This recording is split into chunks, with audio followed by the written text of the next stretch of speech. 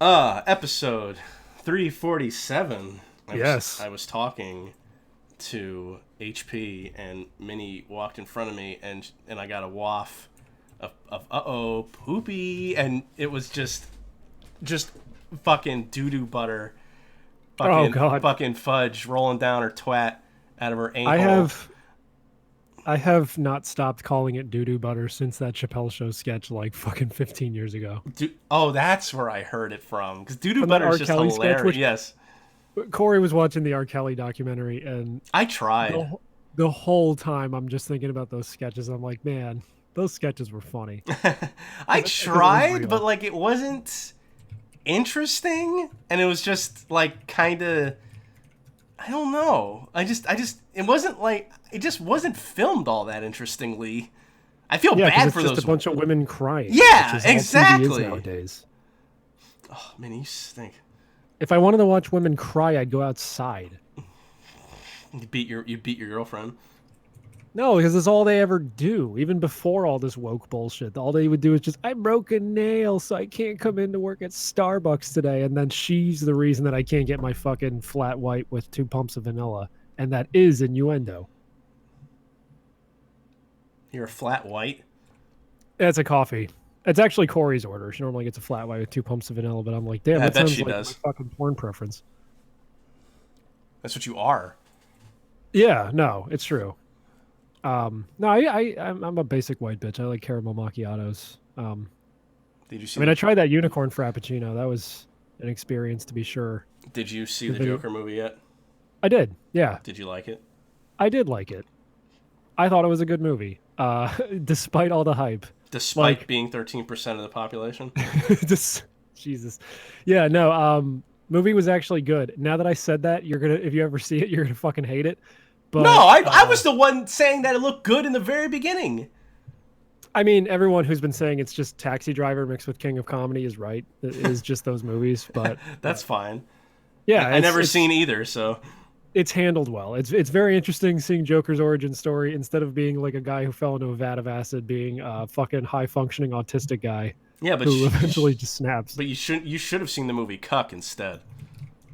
They weren't showing it in my theater, otherwise I would have been there, fucking dude. I can't believe I didn't know that was real. I never know And then any. they I came never out on think the anything same is real. day. I never know if anything is real anymore because I saw like because it was like a side by side like what movie you should watch. Joker or The Cuck. And I'm like, that's funny. A movie called Because The yeah, Cuck. the post I saw was like there are 2 political affiliations. It's just Joker and Cuck. I mean, that's I true. just love that that movie came out on the exact same day. It's kind of the same idea in that it's a fucking angry white guy. I don't know if I'd call Joaquin Phoenix's character angry for like most of the movie. I don't know. He handled it really well. That was a good performance. And then he wrapped his Lamborghini around a tree. No, around an ambulance. Around an ambulance or whatever the fuck. Yeah. Which is the exact opposite of what happens at the end of the movie. Now that I realize that that's a weird fucking real world cinematic parallel. All right. Like I'm gonna be pissed if you just ruined the whole thing for me. Does he get? I did. Does he get hit by an ambulance at the end of the movie? I mean, yeah. You're a but faggot. You're a fucking not gonna- faggot. The whole you're not time gonna I'm gonna be see it. waiting for him to get hit by it. I wanted to see the fucking movie. Yeah, you still can. I didn't ruin anything for you. That's literally just like a thing that happens like around the end of the movie. It's not like he dies or anything. Yeah, he does. No, he does. doesn't die. He does. He Yeah, doesn't he does. die. He get. No. Are you? Is this movie literally fucking part 4? Yeah. Is he He just Kira? wants to live a comfortable life. But didn't he? And cut off women's hands and shit. Yeah. I think what I liked about the Joker movie is that while there is horrific violence in it, it's not as fucked up as the media would have you believe. Of course it isn't. None of them have seen the movie. No, we were saying after as the credits were rolling, we were like, Heath Ledger's Joker did more fucked up shit on screen. I mean, like the pencil trick thing is more gruesome than most of the shit that happens in this movie. I will say what I really liked about it is that there's the implication of violence. Like there's a few scenes where like it cuts back to him like alone in the room. Shut up. Shut up. I'm just saying they don't Shut show up. Shut they up. don't I just show wanted to know shit. what you thought. I don't care. I don't want to know about the movie itself. I'm just trying. I'm not trying to spoil it. You And are I'm not though. really spoil. Hey, guess what? The Joker kills people in this movie. What's No, he he doing? doesn't. He kills people with laughter with his stand-up jokes. Brown bricks. Yeah, it's actually that was the I don't like brown people in this society. They eat everything, and then he fucking pulls out a gun and shoots up the comedy club. You know what It's a movie? good movie. Okay, I would actually recommend people go see it. good. You know what movie I recommend people see? Cuck. Yes, I saw it. I didn't see it. No, I watched The Exorcist 3. Or Oh, because the review came out from Red Alert Media. well, yeah, because when they put that out, I got confused and thought they were talking. I have seen The Omen 3. So when they started talking about Brad Dourif being in it as a serial killer, I was like, wait, I didn't see this movie. So then I stopped watching the review. And luckily the movie is actually on Prime, but I didn't know that. And I watched it on Tubi with commercials, unfortunately. Oh. But it's on Prime for free. And I'm sorry, you didn't load up Crackle or CISO or any of these look, other there's fucking... yes, I know, but there is stuff on Tubi, Vudu, and there's another one, Verve. Flix, Ixo, fuck, I don't know. It's just no, not Verve. I don't have Verve. Man, my eyes are glazing over at all these names. I know, It's but there's stuff on there that the other streaming services don't have, and all you have to do is sit through like maybe like 4 commercial breaks, not even.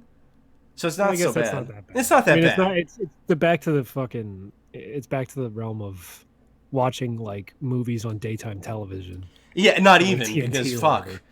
Then each movie would be 2.5 hours long, because you'd have to sit through 45 minutes of commercials.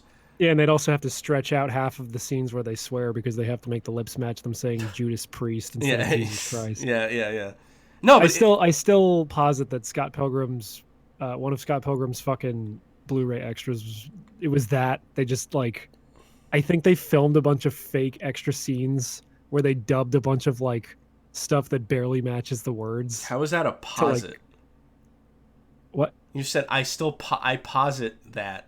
I was gonna say I posit that that's one of the best. That's one of my favorite like extra features in a movie. Was posit like a word you had on one of those word a day calendars, but you never changed the calendar? Look, I know I'm incredibly white, but I don't think I've ever owned a word a day calendar in my life. I'm not successful enough. I don't fuck enough children to own a word a day calendar. You know what I mean? Oh man, I bet you Epstein had so many of those calendars. I forgot he had an egg-shaped penis. Imran said that. I forgot. Yeah, I love the egg-shaped penis. Epstein's penis was actually Eggman. Oh no, but Yeah, fuck you. Exorcist 3 was like, stop talking about other things. I'm trying to talk about a fucking movie. No, I wanted to bring up how he spelled both Bobby Kodak's first and last name wrong in his little black book of. Yeah, but left his Activision email. Yeah, yeah, which is funny.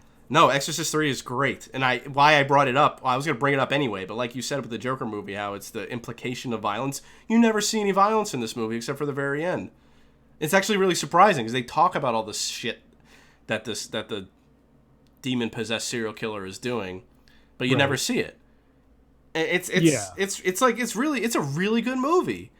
I liked it a lot. I think I might want to buy it, even though it's there's a subtlety to that when you see a character and another character, and then it cuts to another character, and it cuts to one of those two characters in a room, and it never cuts back and shows like a bloodied corpse or anything. And it's just like, yes, please, more of that shit. Yeah. Not to say the Joker movie's extremely subtle, because it's not, but like some good shot choices, some good editing choices in there. I think. Good. I'm glad DC's getting their head out of their ass, because well, that's the thing. I didn't really Shazam was great. I didn't look at this like a DC movie. I looked at this like a fucking good movie made by someone who wanted to make a film. Yeah. It just happened to have the character Joker in it. Which is still pretty damn funny. Yeah. I mean, like, honestly, his character in this movie doesn't even really feel like any other iteration of the Joker. It didn't feel like the DC supervillain the Joker. It felt like a guy with clown makeup on. Well, that's good. Yeah. It was interesting. I want different things. I don't want the same shit all the time. And Corey liked it too, so if her normie ass liked it, then you know it's a good movie. I don't what that means that it's a good movie if a normie liked it. The amazing Autismo in our Discord server says, "Does the Joker say the N-word?" And I will steal a joke from another podcast and say, "Yeah, it's during one of the post-credit scenes. He just comes out and just says it blankly, and that's cool. it." That's cool. Yeah. I think I got that joke from Revenge of the Sis, but whatever. It's imagine waiting through the credits and then just Joaquin Phoenix walking out. He crashes his Lamborghini and falls out and says "nigger." Yeah, he actually drove to every single screening of the movie. Oh wow! Oh, so he's like the Santa Claus. He's like the Santa Claus of the N-word. He did it all in one night. Oh man! Yeah. He has a magical Lamborghini that he works on like elf dust. He delivered a bunch of infinite N-word passes to all the good little girls and boys who snuck into the R-rated movie. Only the white girls and boys, and not even the girls, just the boys. Well, I mean, you don't need to give an infinite N-word pass to a black boy. I mean, he just has it. Well, yeah, I know. He has multiples of them in his wallet to give out. That's what they don't tell you about black guys. Speaking of black guys, Samuel L. Jackson is in The Exorcist 3, but his voice is overdubbed for some fucking reason. Please tell me it's overdubbed by like Tom Kenny or something. I don't know. I don't know who's over, but the line he has is, "The living are fucking deaf," and for some reason they overdubbed them. I don't know why. I didn't even know that was him, and I'm always good at like picking out people. I'm not always good with names, but like I will recognize an actor or actress or a voice especially. And I was like, I had no fucking idea because I stopped watching the review so I could watch the movie. Then I watched the review and they mentioned that. I was like, what the fuck? That's what was killing me at Joker was the one black chick in the movie. I'm like, where have I seen this bitch before? It's killing me. And then my friend was like, oh, she was Domino in Deadpool 2. I'm like, God, fuck, you're right. Shit. Deadpool 2 was fucking trash. I didn't hate it. I just didn't like it as much as the first one. Felt like second verse, same as the first, only not as good. Yeah. What else? What else did I watch? Oh, Candyman. I guess we could keep this black. Candyman's a good ass movie, dude. I've never seen it before. He's great. Dude, Tony Todd's awesome. Tony Todd is awesome, and and I watched the remake. It's from 1990, but it's the remake of Dawn of the Dead. No, Night of the Living Dead. Sorry, I get them all mixed up. Night of the Living Dead. He's in that too. He's in Tony. Yeah, he's in Tony Todd as Night of the Living Dead, and that movie. I think that the remake is better than the original, only because the Barbara character actually does shit. Because Barbara doesn't do. She just fucking screams and passes out throughout the whole movie. But it's not that I don't like the original or anything. It's still a great movie. But the '90s one's actually better, I think. Savini. You're talking about a generation of women that when they saw a mouse in their house, they would hop up on a fucking chair and hike their skirts up. No, she gets armed to the teeth in this movie. If you've never seen it, it is really good. Amazing Autismo in Discord says Tony Todd is the prime black man. Yeah, he's Optimus He is Prime. Basically the zenith of African American. Well, fucking Candyman is so cool. He's just a cool I want to get filled with fucking bees. Villain guy. Yeah, me too. He open his mouth and give me bees. Well, I remember back when I used to listen to Red Bar Radio, they had a sketch where they had a bit where they were just doing The Blind Side. But instead of being like a retarded black kid, it's just Candyman. So it's just Sandra Bullock being like, I forget, it's like, I never had one of these before. What, a room? No, a knife. And then just... No, so the whole movie, I was just really impressed by the set design. I'm like, man, this place. They just went to Detroit. Yeah, they went to. No, it wasn't Detroit. It was Chicago. It was an actual project that my friend had been to because his friend lived there. And it was as much of a fucking dump as it is portrayed in that movie. I don't think they did any set dressing. I think that was they just filmed in squalor. And it just makes it that much more real. You cannot do that anymore. And apparently they got shot at the last day. Oh, sweet. Yeah, somebody shot at them from a roof and it went through the top of their, those, big truck vans.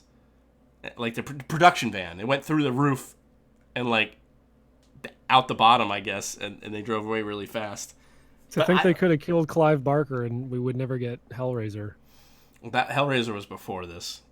Oh, well, to think they could have killed Clive Barker, we never would have got Undying. Undying, yeah.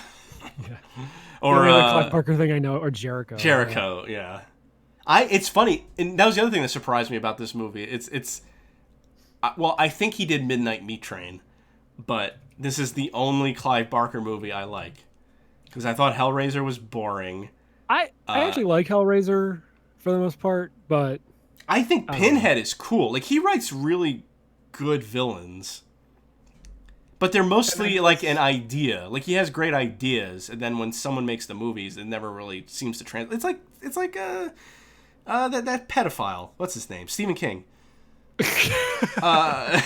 It's like, like half of the movies that I watch that are from his source material are fucking garbage. Then the other half are really good, and then the movies I wouldn't expect to be any good are really good.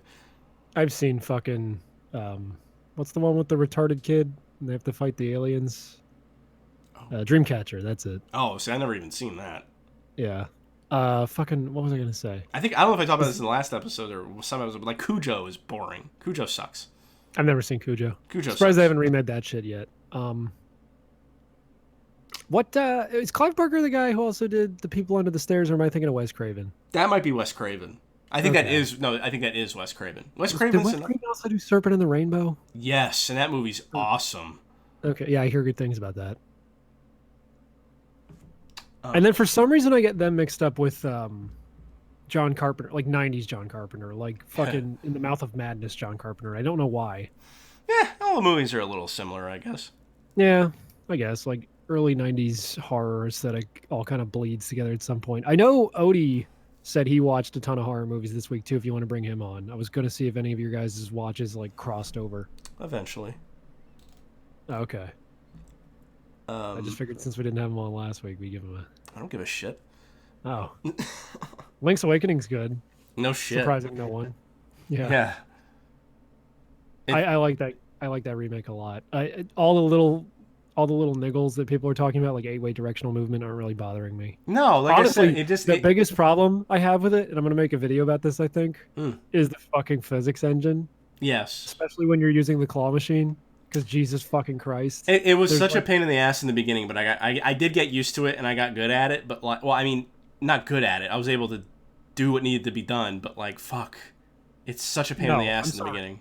If the claw closes over the object, and then the object is small enough that it can, because of the physics engine, fly out between the claws on its way to the prize bay, that is fucking stupid. No, I know. Don't believe. I know it's stupid, but at least it's not so broken that you can't figure it out. It might as well be. I have like 8 video clips alone of me just trying to pick up like a secret seashell.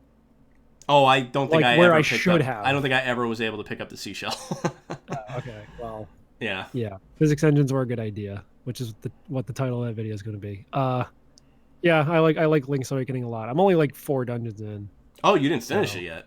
No, not even close. I've been doing all the other shit too. I've just been going around trying to get like pieces of heart. I forgot how that game is so well sectioned off. Yes. Based on what items you have from the dungeons, it's very Metroidvania-ish. Where it's like you basically only have access to one area in the beginning, and then did you little play more opens up. The original one? Yeah, I played it a couple of years ago. So how do you feel about like when you like the complaints that I had, like how it doesn't matter if you use if you light torches or like I think you're stupid because there's torches that like if you don't light the torches, the doors don't open. I don't mean like that. I mean there's rooms where there were rooms that would be so dark that you couldn't see. The only thing you'd be able to see would be the enemies, but you wouldn't be able to see pits in the ground. You must have like the brightness on your TV turned up too much because like I could probably feel my way around and see shit without having to light the torches in some of those rooms, but I just did it because I had the magic powder to spare and fuck it. Probably opened a door anyway. Or like, all right, well, I know for a fact. Well, then how do you feel about the bomb walls being just visible? It doesn't really bug me because I feel like they were visible in the original game anyway. No, they weren't. If they weren't, then that's hyper bullshit. Why? I don't know. I don't want to fucking poke a fucking. There'd be clues. There'd at least be clues, and there were hidden secrets. I mean, that's the idea. I don't know. Half the time I'm just running around anyway, so I like barely notice the cracks in the walls, just like from not looking very carefully. And then I'll be like, oh, there was a bombable wall here. Sweet. No, the piece of heart in this random fucking cave. Mm. I don't know. It doesn't really bug me that much, but I guess I'm a bitch and I like to have things be a little more obvious than that. Yeah, I guess so. There was one bombable wall in like the color dungeon, I think, that wasn't extremely obvious at first. I was like, are those cracks just random or is that actually a bombable wall? And it turned out it just revealed like a whole room of blue rupees, like a Chris Houlihan room, but without like the fucking guy. Yeah. Oh, the only thing I just realized I didn't finish. There's like those hidden characters in houses or whatever that like the one guy was like, if you bring me something, I'll get. I didn't know what he wanted me to bring him, and I don't remember that from the original game or the color. Are you talking game. about the figurines? No, no. There's like a by the beach. There's like a guy in a cave, and he wants you to bring him something, but I didn't know what he was talking about. Oh, I haven't gotten that guy to spawn yet. I found his cave, but. Or are you talking about the alligator? We get you gives you like the dog food. No, you fucking retard. How would I have been able to beat the game if I didn't know I was supposed to give gonna. him dog Well, food? that's what I was Idiot. gonna ask. I was like, is the trading quest optional? Because I don't think it is. No. Yeah, I think I know what cave you're talking about. I haven't gotten that guy to show up yet, but I haven't even like played the fourth dungeon yet. So, like, Oh, I've just been kind of going around. I did some of those Dampe dungeons today. That's kind of cool. I did. Yeah, I like those. Yeah. By the way, Seb says he's your last Patreon. Yeah. No, I don't. I'm not gonna make a video for like my Patreon or anything. I'm just gonna start posting shit on YouTube again. Literally shit posting. I wanted to post that Hong Kong protest video to YouTube, but I was like, this is a waste. That was funny though. Because I'm like, someone's got to have already done this joke of like, someone sees the hashtag Hong Kong protest and they're like, yeah, fuck Hong Kong, man. And it's like, I mean, I haven't But seen it, so I don't know. I had a box of goobers on my desk and I'm like, this is like, because I wanted to be like just smoking a cigarette or something, but I don't smoke. So I was like, what's the next best thing? Oh, I could just be shoving food in my mouth like a dumb idiot. And then, yeah. Oh, should we talk about that? Should we talk about? Because I was something going to political? tweet it out, but I'm like, I don't think this joke's going to work in text. I think people are going to take me seriously. Oh unless yeah. They see me. Yeah.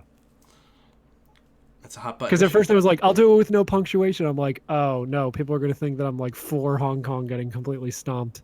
And then I'm like, well, I'll put it with.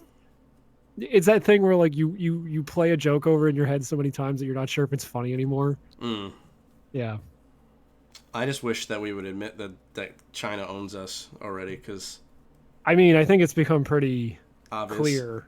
Everything's Yeah, so at this obvious in this, and then we can't do anything about it. Yeah, well, all of Hollywood is everyone in Hollywood's a pedophile. China owns us. Aliens are real. You know, the future sucks. The future sucks. I love the fucking. No, I don't think the future sucks. I'm having a good time. I mean, I'm having a good. Well, that's the thing. The future sucks, but like, despite everyone's bitching that the world's burning down around us, like, I think the quality of life in America, especially if you're a white woman, is like it's never been better. Yeah, they're the ones that complain the most. Well, that's what I mean, because they have no real problems. We have it so fucking good. That's why I found it so funny when I read all those reviews for the Joker movie. It's like the same people. These people are saying this movie is like bleak and juvenile and like too overly grim. And it's like, have you watched an episode of The Handmaid's Tale or literally any other fucking big name show on these streaming services right now? They're all grim, dark dramas. It's bullshit. Yeah, but but it glorifies a women. killer. Okay, then if it glorifies a killer, then why can I think of 3 shows off the top of my head airing currently? Dexter. How to Get Away with Murder. Now everyone says Dexter, but I'm like, no, I'm going for the women ones. I'm going for How to Get Away with Murder, Killing Eve, and Why Women Kill. I've never watched any of those shows. I just assume it's about women murdering. So you're a retard because you're doing the exact same thing these people did because they did not see the movie. I guarantee you they did not see the right, Joker. but I'm willing to call their bluff and say that those shows are about glorifying women killing random people. Oh well, yeah. I mean, or at the very least, right. in Killing Eve's case, I'm assuming it's one woman trying to kill that fucking ugly Chinese bitch from Grey's Anatomy. Yeah. Anyway, you know what I watched? You know what I watched? Someone killed that ugly Chinese bitch from Grey's Anatomy. No, you know what I watched? What'd you watch? I watched Happy Death Day. Oh, how was that? I liked it a lot. Yeah? Yeah, I thought Are it you was... going to watch Happy Death Day 2 you? Eventually, I'm sure. Yeah. No, like, I will admit, I skipped skipped maybe like 10 or so minutes of the beginning just because they're setting up how she's just a massive cunt. And it was just going on for too long. She just kept doing cunty things. I'm like, all right, I get it. She's a cunt. I know she's going to get killed. Let me just skip to that part. So then she Well, gets... it's like the fucking... It's like any other horror movie. It's like you have to see these people be complete fucking assholes in order to watch them get ripped apart later. But I don't like those horror movies. Well, boy, do I have a fucking bad thing to tell you. That's most of them. I know. Isn't like the whole point of... Don't say it. Isn't that like the whole point of the entire Final Destination series? Is that like it's a bunch of assholes that deserve to die, and like one person who's like, "No, I saw it though." Yeah, Whoa. kinda. I guess I haven't really seen all of them. I did try Was watching that them your again. girlfriend? No, that was me. I tried watching them recently, and I didn't like them anymore. What, Final Destination? Yeah.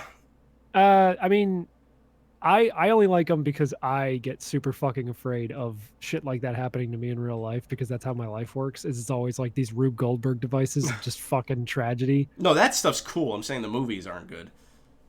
No, I'm saying I know they're not good, but that shit actually scares me, because if anyone was gonna get fucking, if everyone was gonna get got by a fucking log flying off of a truck on the highway and flying through my fucking windshield, it'd be me. I shouldn't say I don't. I mean, sometimes it is fun to see assholes get killed in a movie, but I'm saying normally those aren't the movies that like I'll watch again. Right. It's like, no, I get what you mean. It was like, what was because that's the thing. Like, she becomes actually really. The reason why I like the movie so much is that she becomes really likable and funny, and like she just becomes a good character. Oh, that's good. Yeah, it's a good. I kind of just wrote that movie off as like. So did I. But maybe it's worth watching after all. I wrote it off too because I'm like, Happy Death Day, and like the only thing I heard, because like Happy Gilmore, what were they thinking? Yeah, I think, what was it? The only thing I heard was like they mention Groundhog Day, and she goes, "What's that? I never heard of Groundhog Day." That's literally a throwaway joke at the very end of the movie. But like the way whoever was talking about it set it up is that was like the first thing that they say. Because yeah, of course, I mean, who doesn't know that Groundhog Day is a movie? But like, I don't. Okay.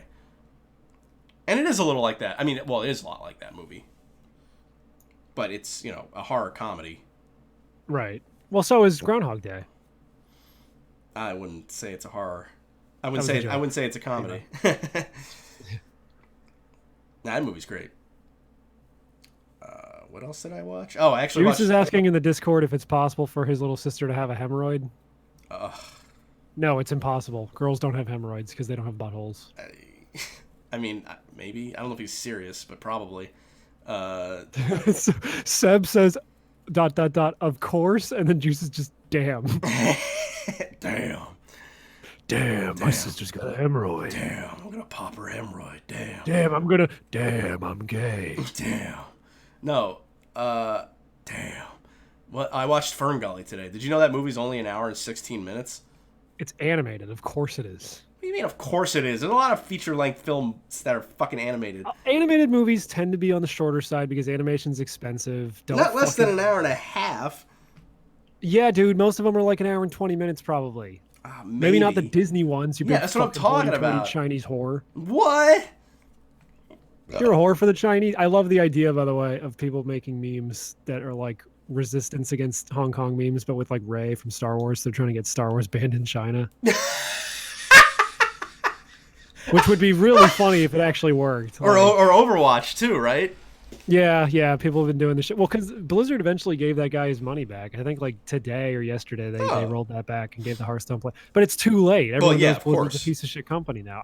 I was going to say earlier, I love that fucking post that they shared on our secret alt-right Christian Twitter group where it was like apparently they were requiring you to have a photo ID in order to get rid of your Blizzard account. Oh yeah, and it said, look, like you have to have a photo ID to delete your account. And it said, look, let's save us both some time. If you do not delete my account now, I'm gonna reinstall every one of your games and call everyone nigger. It's just save me some fucking time and push the button. Yeah. Oh, that was so funny. That was great. Fuck. Yeah. I didn't delete my Blizzard account yet, but I probably should. Just why? Who cares? I literally don't play any of those games anymore. All right, that's different. I mean, you know, it's like I own Overwatch. I haven't played it in at least 3 years. I get it. I get why people would want to uninstall and like they want to stand with fucking Hong Kong and everything, but like everything is You cannot escape corporate greed or government I know evil. we can't escape a corporate greed and that shit. I'm just saying, gamers got to rise up and speak with wallets or a lack of account on the service. Just seriously speaking, you can't avoid this stuff unless if you literally go live in the woods. Hey, well, I'm already halfway there. You are halfway there. Backyard is woods. Front yard's a cul-de-sac, but backyard's woods. I'm already halfway there. I just have to go camping. Are you reading reading at us from both chats? Yeah, I'm gonna bring in Aquinas. Okay. Hello. Hello. Yeah, what's up, dude? I'm not actually supposed to be on. Sorry. Why not? Well, too bad, because it was either you or Odie, and you're the funnier option because Odie's losing his fucking mind. Bring on, Dylan. No, this is our show. Oh, fine. Then goodbye. Unless Dylan starts fucking donating to our Patreon and becomes a fucking producer level fan, then he's not going to be able to tell us how to run our show. I'm gonna bring in the third host, Seb. He might as well. Hello. No, I'm eating. Did you see the Jonker movie? No, I watched Taxi Driver instead. Oh, so you saw the Jonker movie? Yeah. Nice, dude. I've never seen Taxi Driver. Did you like it? It's a good movie. It's great. Okay. I guess I should see it. It's just one of those things where it's like... incel who hates black people. Oh, no. Yeah, and you get to watch Jodie Foster as a 13-year-old almost fuck Robert De Niro. Cool. Yeah. It's like American Psycho. Like, I'm never going to watch that movie because it's just... Oh, I'm sorry. You're too cool for good films.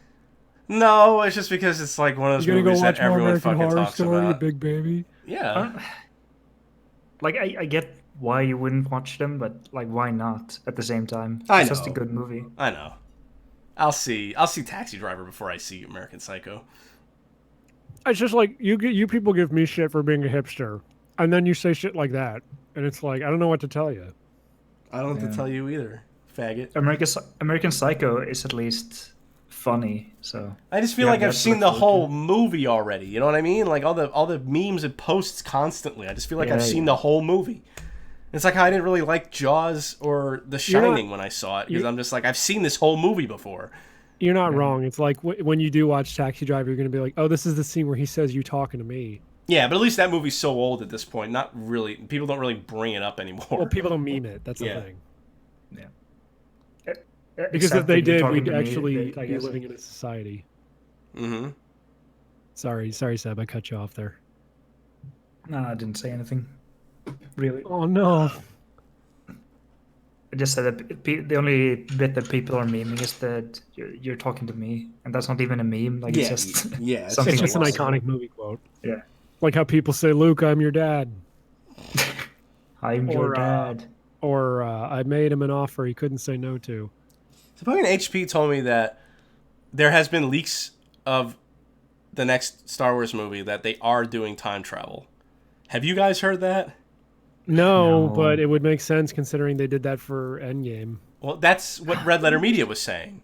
And it's also it sounds just stupid. Just do the same thing for the biggest franchises. Like why would you? It's also because Rian Johnson fucked up that entire story so goddamn bad that the only way they could turn it around is with time travel. Yeah.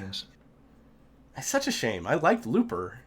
I wish I liked this movie. Well, it's not like I only hated it in the last half hour. Pooper? No. Star Wars. The Last Jedi. I liked Pooper. I liked Looper Pooper. Pooper was a good movie. I like when Bruce Willis came back and to poop on Joseph Gordon-Levitt. Yeah, it was crazy. He like squatted over him. He's like, no. It's just weird. It's like it's your assholes backwards. The twist. Oh God. Oh, that joke's great. That was my favorite. Shyamalan movie too. Is The Sixth Poop, where we find out that fucking Bruce Willis was a turd the whole time. No, so you have to shit on the aliens to evaporate them. Have I evolved from just taking things and turning them into cum jokes to turning things into poop jokes? Yeah, why not? Yeah.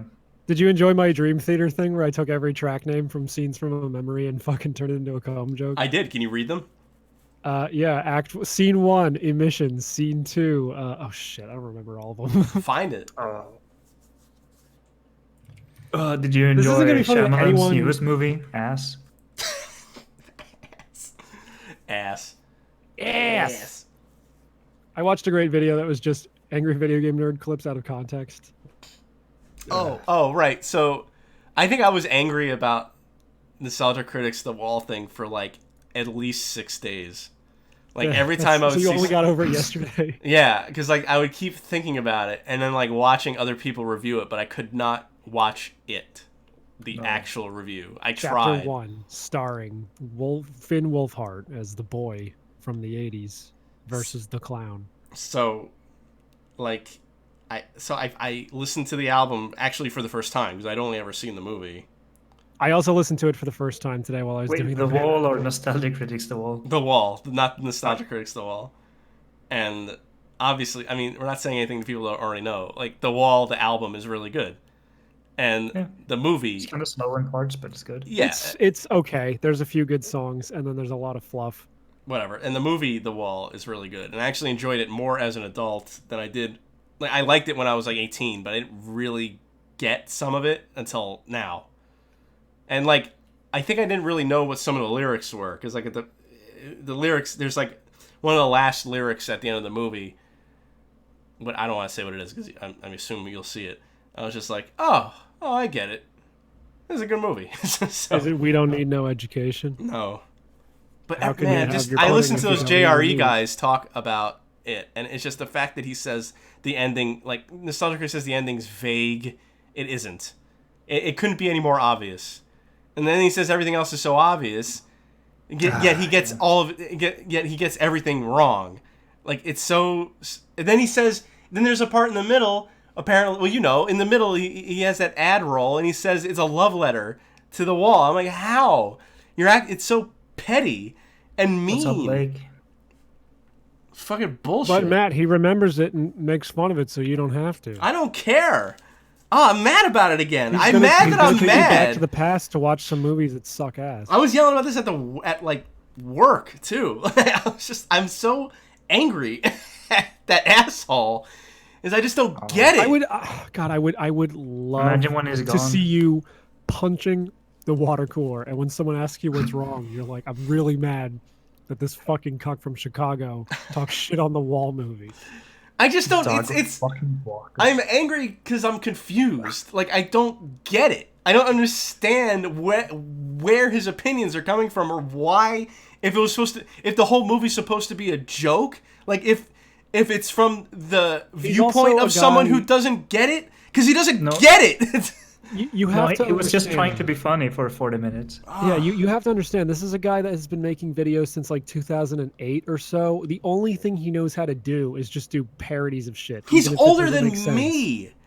Like that's the other scary thing I just found out is that all these internet jagoffs are like my age.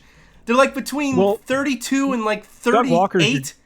Doug Walker's your dad and Spoonie's your mom. So. Right. But it's like It it kind of makes looks me like it could be your dad. yeah. But it makes me sad because it's like most of the people who watch these people are like teenagers. And they're so old. I don't actually know if they are because all the reactions and stuff I've seen is from people around your age. Yeah, that's true. It So still doesn't maybe- make any less sad.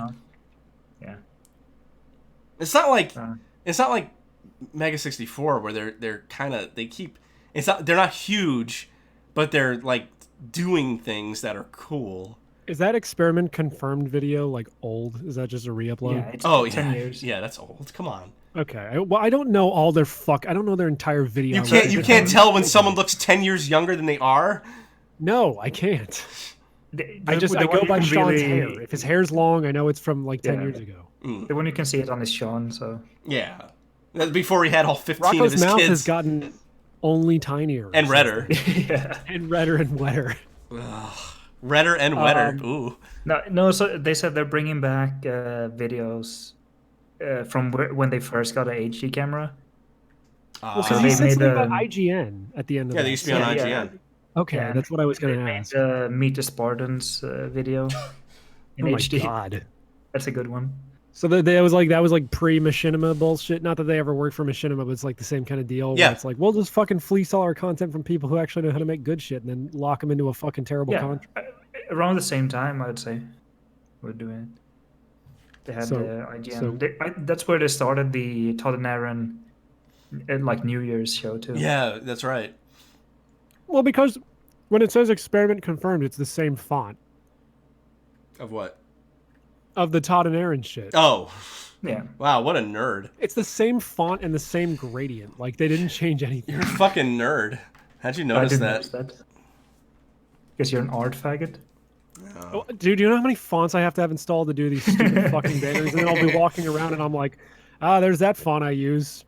I downloaded that for, it was like shareware font. I'm assuming this giant company is using it without paying the person who made the font originally. So that's cool. Yeah. Oh, God. I mean, I must have talked about this on the show at one point because I was looking for this font forever. Oh, but I was don't trying- care about your fucking font stories. I Come must on. have talked about on the show. I was trying to find the font that used to be the old InfoWars logo. It's like the same font as like the Toyota Tundra logo for like the truck. Oh. Okay, that's pretty funny. And I used it in the fucking, I know I used it or something close to it in the fucking banner for the episode The Whoomp and the Schwing. I don't remember why. I just remember I was like, what is that fucking font? It used to be the InfoWars font. Back in like 2006, I used to see InfoWars stickers with this font and like light poles in fucking Walmart fucking parking lots. How old is InfoWars? Because Pretty old.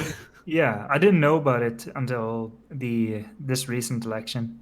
Well, that's because I don't think people would have been paying attention to shit like that until everything got heavily politicized and, Yeah, you know, people were called crazy. especially for- back here where we don't care. Well, I think yeah, but also now that people are getting called crazy for bringing up extremely valid sounding conspiracy theories, you know, that was gonna be my. Speaking of accurate or valid, that was gonna be my fucking angle when I talked to the Blizzard people about deleting my account. It's like, if you don't delete my account, I'm gonna go in Overwatch, I'm gonna play as May, and I'm gonna do a highly accurate Asian accent the entire time. So, and of course, by let's highly hear it. accurate, What's your highly accurate? hello. You want egg roll? Free Hong Kong. You want egg roll? Free Hong Kong! That'll never not be funny. That fuck whatever. I don't remember. Must have been like an RA Plays episode. Taiwan. It Where was you Sonic. yelled, you goddamn round eye, and I just put Hanzo on top of it, and it like almost matched the words somehow. Yeah, it was Sonic Generations, I think, or Sonic. I don't remember. No, the one with the I forget. It doesn't matter. Remember when I used to bleep the N word in my Let's Plays? No. Yeah, what a cool guy you are. I did it for like an episode or two, and you guys were like, "Fuck you, it's gay," and I'm like, "Yeah, you're right." Fuck you, that's gay. Speaking of Asian racism, Mhm. so it's Asians are the most racist people per capita on the planet. yeah. So it's Worlds time for League of Legends, the biggest tournament, and one of the guys from Korea, prior to Worlds, got kicked because he called a Chinese guy, or someone confused him with a Chinese guy, or rather said, "Oh, why don't you have Chinese people in your team?" He said something like, I don't want monkeys running around Oh, in Jesus. my game." Oh, my God. So literally, what I just said, Yeah, Asians yeah. are the most racist people on the planet. Yeah, they are. So he shaved his hair off and said, "I'm sorry, I will never do this again," Oh, my God. because he wanted to keep his career. It Oh, was shit. fucking Did he most shave his head stupid like De thing. Niro in Taxi Driver, where he had like a short mohawk? I wish. I just don't understand how someone could be so racist against other people that look exactly like them. Yeah. It's fucking weird. So of course in the streams people just spam Monkeys. yeah, Chinese flags at the Koreans. Fuck. But wait, there's more. Oh fuck! Is there? No, there isn't. Hmm. Should I bring in Blake now? Bring in Blake and Dylan at the same time. No, I won't do that. Okay. Unless you got something you want to say, Seb. Well. No. Okay, goodbye. I was gonna ask him to call me the N-word in Swedish. Oh, that would be good. Hello. Hello. I haven't talked to you in a while. I know. I would stream what the fuck, but my voice is a little bit hoarse right No, now. don't scream at me. I hate that. So, because I was busy screaming at religious protesters earlier today. Oh no. I went to Pride. I went to Atlanta Pride. Oh, I thought you No. went to the fucking climate change thing. Nope. Where they were is there wearing, like Spanish Inquisition costumes. Is there a fucking climate change thing in Atlanta right now? I don't know. We're gonna use faggots as an alternative fuel source. Me first. I welcome death. Oh, so dude, honestly, I forgot to say. I said it to everyone in the recording room afterwards, but the other week I saw Promare in the theater and it was fucking awesome. What's Promare? That's the Studio Hiroyuki, Trigger movie, yeah, right? the dude who did Gurren Lagann and Kill la Kill put out a movie. Right, so a sick. Studio Trigger movie. Is it a gay? No, I know, but Matt doesn't know what the fuck that shit is. Is it gay? It actually is. Oh. It's super gay. Shot all shots. Yeah, it was really good though. I really fucking enjoyed that movie. But I was gonna say, I'll just spoil Promare. Is they use these people as a fucking energy source, and yeah, that's what we yeah. need to do. We need to round up all the faggots and use them as an energy Well, just source. think about it. You forego the lube, have all the gays pound each other in the ass, which causes friction and heat. There you go. Yeah, exactly. That's an alternative fuel source. What was that? What was that one tweet? Garfield's cum could be an alternative fuel source if you consider my ass something. I forget. If he considers his ass a fucking generator. Or Yeah. And then he's like, I lost 20 followers because of this tweet. Oh my god. Ah, sweet Jesus. But yeah, no. I'll But I tell agree you with what. you, Blake. We're gonna just like Promare, we're gonna round up all the flamers and use them as a fuel source to teleport us to the fucking moon. Let's not use any old gay. Let's take the ones that walk around in those fucking dog masks. That's because I saw those at this Pride parade and I was just like, okay, there's my line. Dog masks? Yes, they're like fetish masks, and they look. Yeah, I've And seen they're those made at, to look like sex dogs. shops. Yeah, Oh, okay. Seriously. I'm just They like, exist. hey, there are children here. Nobody needs to know that you want to be a dog. No, in the Blake, it's bedroom. totally fine. We let them get married, and now they can just whip out their dicks in front of your kids. It's all good. Yeah, that was the Christ slippery almighty. slope that everyone was talking about. Getting married and then whipping your dick out in front of kids. I know you're joking. I'm not joking. That's not a joke. You give a fag an inch, he thinks he's a ruler. Well, take your kids and fuck them. Yeah. No, but Speaking of taking kids and fucking them, did you hear that No. one of the fucking Activision and people was on Epstein's little black book? Yeah, we were just talking literally about that. talked about it earlier. Yeah. I just fucking got home. Oh, no, sorry. I was not listening to the pod. No, it's Oh, just, you it were is, we watching didn't really live on say Twitch anything while though. you were driving. Fucking No, my- shitty fan you are. My car is not advanced enough to be able to do that.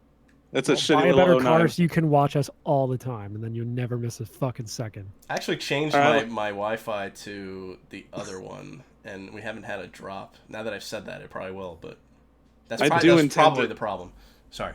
I do intend to get a better car once I pay this one off, but unless I Mr. Beast wants to give me $6,000 right now, I don't think that's gonna happen. I mean, anytime I don't know soon. what kind of car you have now, but I assume like an '84 Oldsmobile is way better than what you have right now. So I don't want to go older. I want to go newer.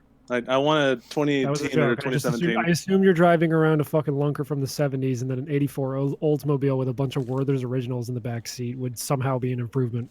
I stupidly put $2,100 into my car instead of just getting a new car just recently. Hopefully, if I have the car for longer than because the last time I fixed it was in March, so hopefully this last fix will fix whatever stuff for a long time.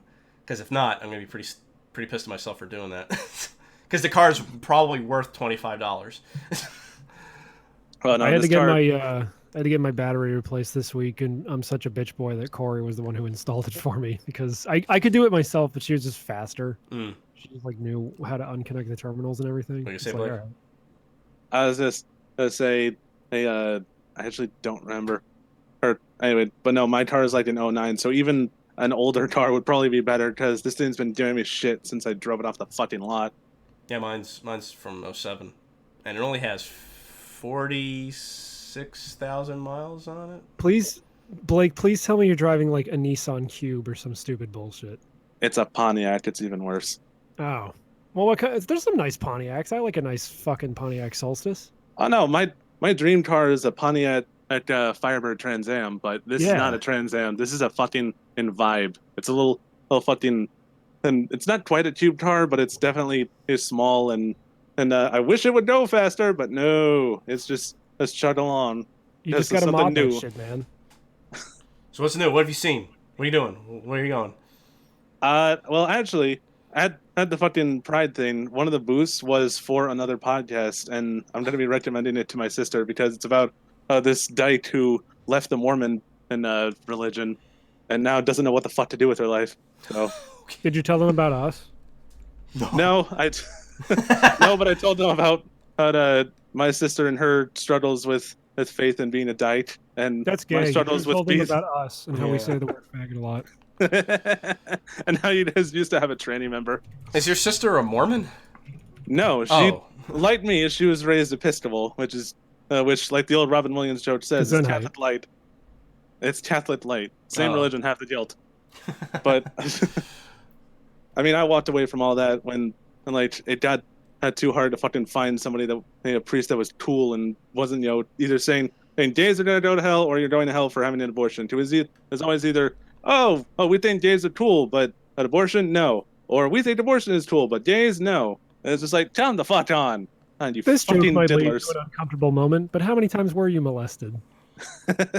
Not by a priest, none. By other people, don't want to talk about it. Oh, no. Yeah. I thought you were going to say you stopped being Episcopalian when you got a black dick in your ass.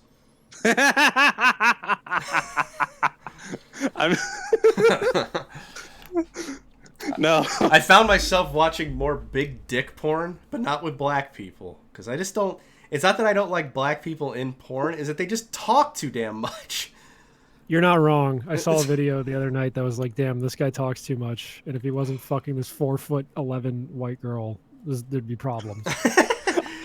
I could ask who it was because I've seen some 4'11" white girls in porn, but I don't. Oh no, I saw a really good video. The other night. It was. It made me cum big time. No, seriously, because it was one of those glory hole videos. Which, like, okay, you've seen a million of those, but at the very end, the girl like starts pushing the camera away and starts crying, and it's like, what the fuck? What? Jesus Christ! So then I went on the website, and then the guy in the description for the website wrote, she had a mental break. She had a bit of a breakdown at the end, but that's because she told me it's been so long since she's been with some guys, so it was an emotional moment for her. I'm like, nice save, buddy. Yeah, bullshit.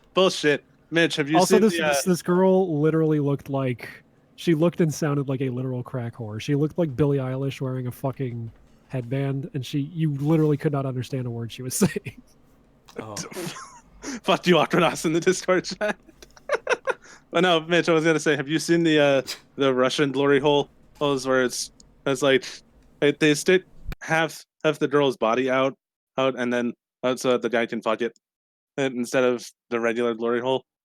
Did you say the no Russian glory hole? Because I just pictured Russian in a glory hole, and then she just gets shot. No, it's Russian glory hole or Eastern European. I don't fucking know. No, but that sounds awesome. Yeah, I will link you the Twitter or that's post those kind of videos. I will gladly take that. So aside from porn, and, well, I mean, you were just at a pride parade, so you're in like a very degenerate state of mind, I'm sure. That's just me all the fucking time. You get some brown on your dick while you were there? No. Unfortunately. No, I didn't get any boy pussy, and I didn't. Wait, are you a top or a bottom? I don't think we ever established this. I am a bottom. Oh, okay. Well, I guess I should have guessed, but whatever. I didn't want to be rude. What the fuck does that mean? You look and sound like a bottom. What else is that supposed to mean? Jeez. I mean, you're right. Are we still talking about porn? I had to step away from it. You had to go rub one out real quick. Yeah. And then her asshole fell out. Ooh. Wait, I thought that only happened to Kate. No, there's Proxy Page. There's that picture where she's got like milk and cereal in her asshole. Ah! What? What the fuck?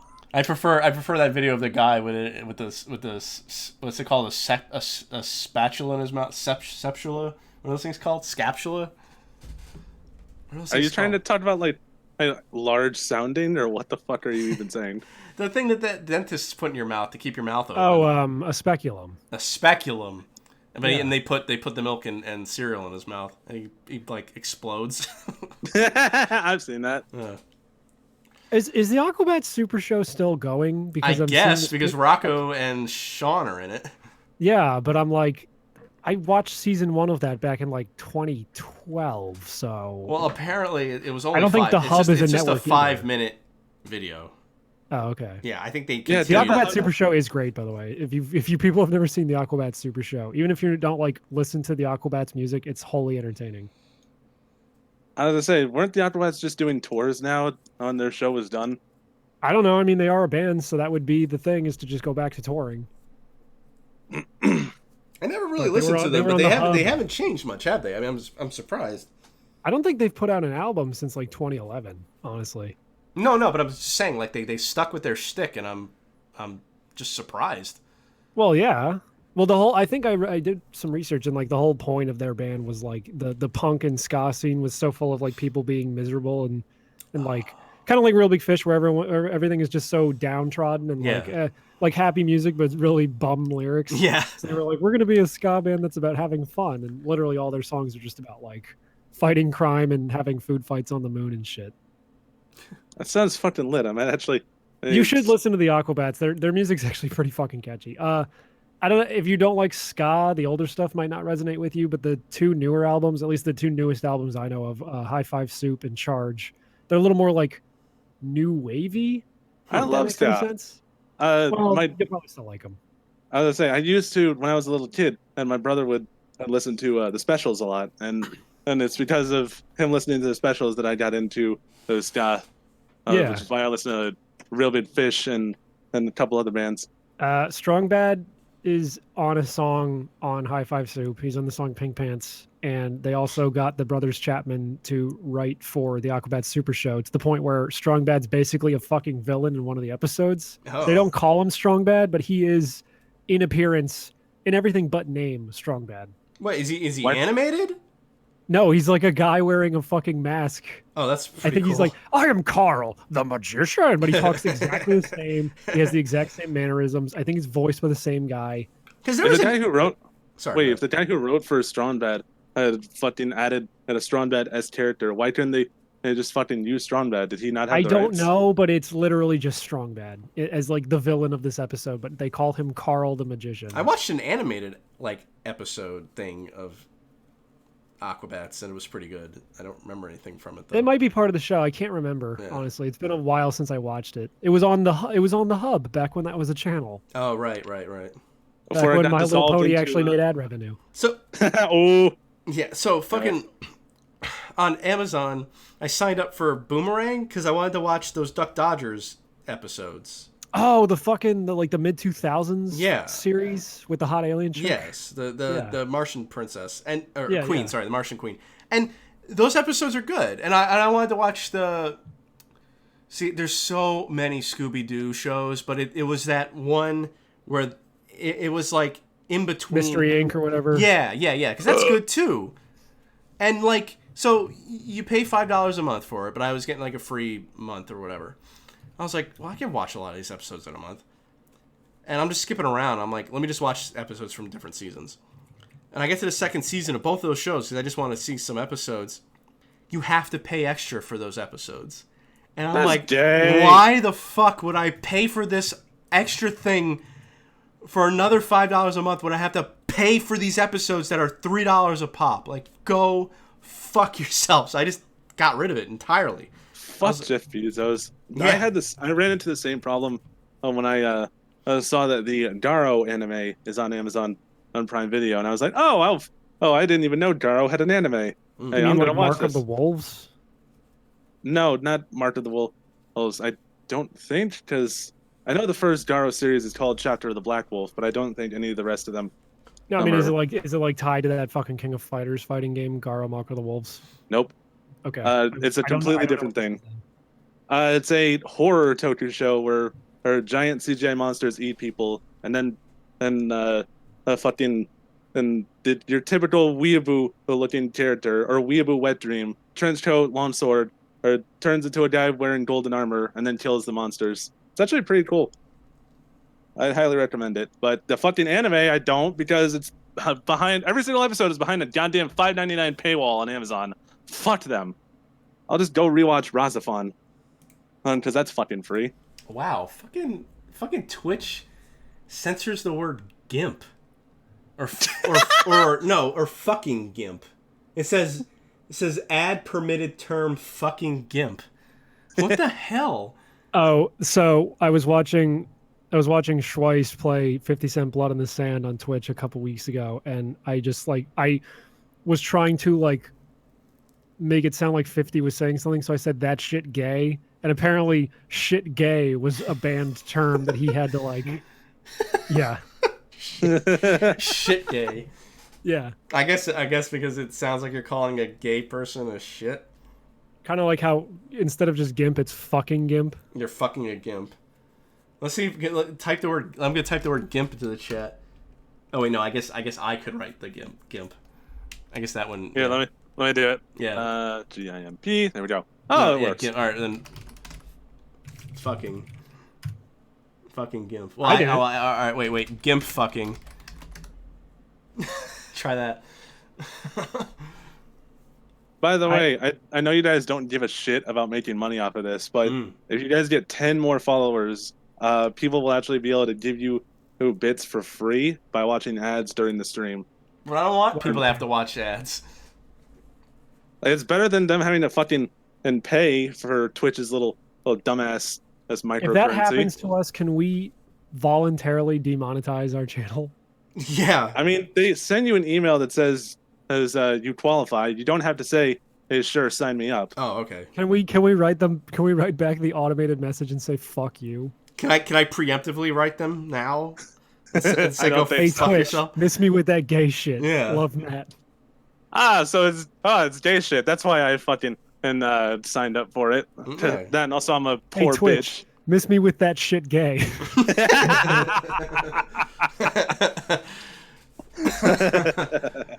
Sonic the Holocaust Denier Part 2. Yeah, that is what got us demonetized. Well, kinda. Wait, about to fuck up. Was that a episode title? Yeah. Yes, we once had an episode called Sonic the Holocaust. And that was like the first episode to get demonetized, and then it was just then the whole channel got demonetized eventually. But I forget. I think Which, it was just, I don't know why that got us demonetized, because we're not the ones denying the Holocaust. No, it was Sonic. the Hedgehog is. Yeah. So really, Sonic the Hedgehog should get demonetized. Hey kids, if you're getting thrown into a gas chamber, here's what you do. First, you say no. Then you get out of there.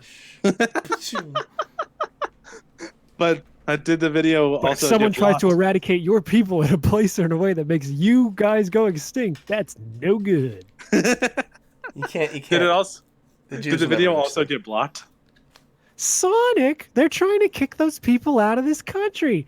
Don't worry, Tails. They've been kicked out of 109 countries and counting. What did you say? What did we get blocked? Did the video also get blocked, or did it just cause Nah, demonetization? not that I'm aware of. Yeah, I mean they probably wouldn't. Promote it to its algorithm or whatever. But I don't know if they did or not. You got off better than me. Earlier this year, I posted a Ricardo Milos video set to some weed music, and for some reason, despite all the other fucking Ricardo videos on YouTube, mine's the one that gets blocked and gets my channel from being unable to upload for a couple months. I miss me with that gay shit. That sucks. Fuck you, YouTube. That's bullshit. How homophobic of YouTube. Yeah, I know, right? That's Fucking Susan Wojcicki over here showing her true colors.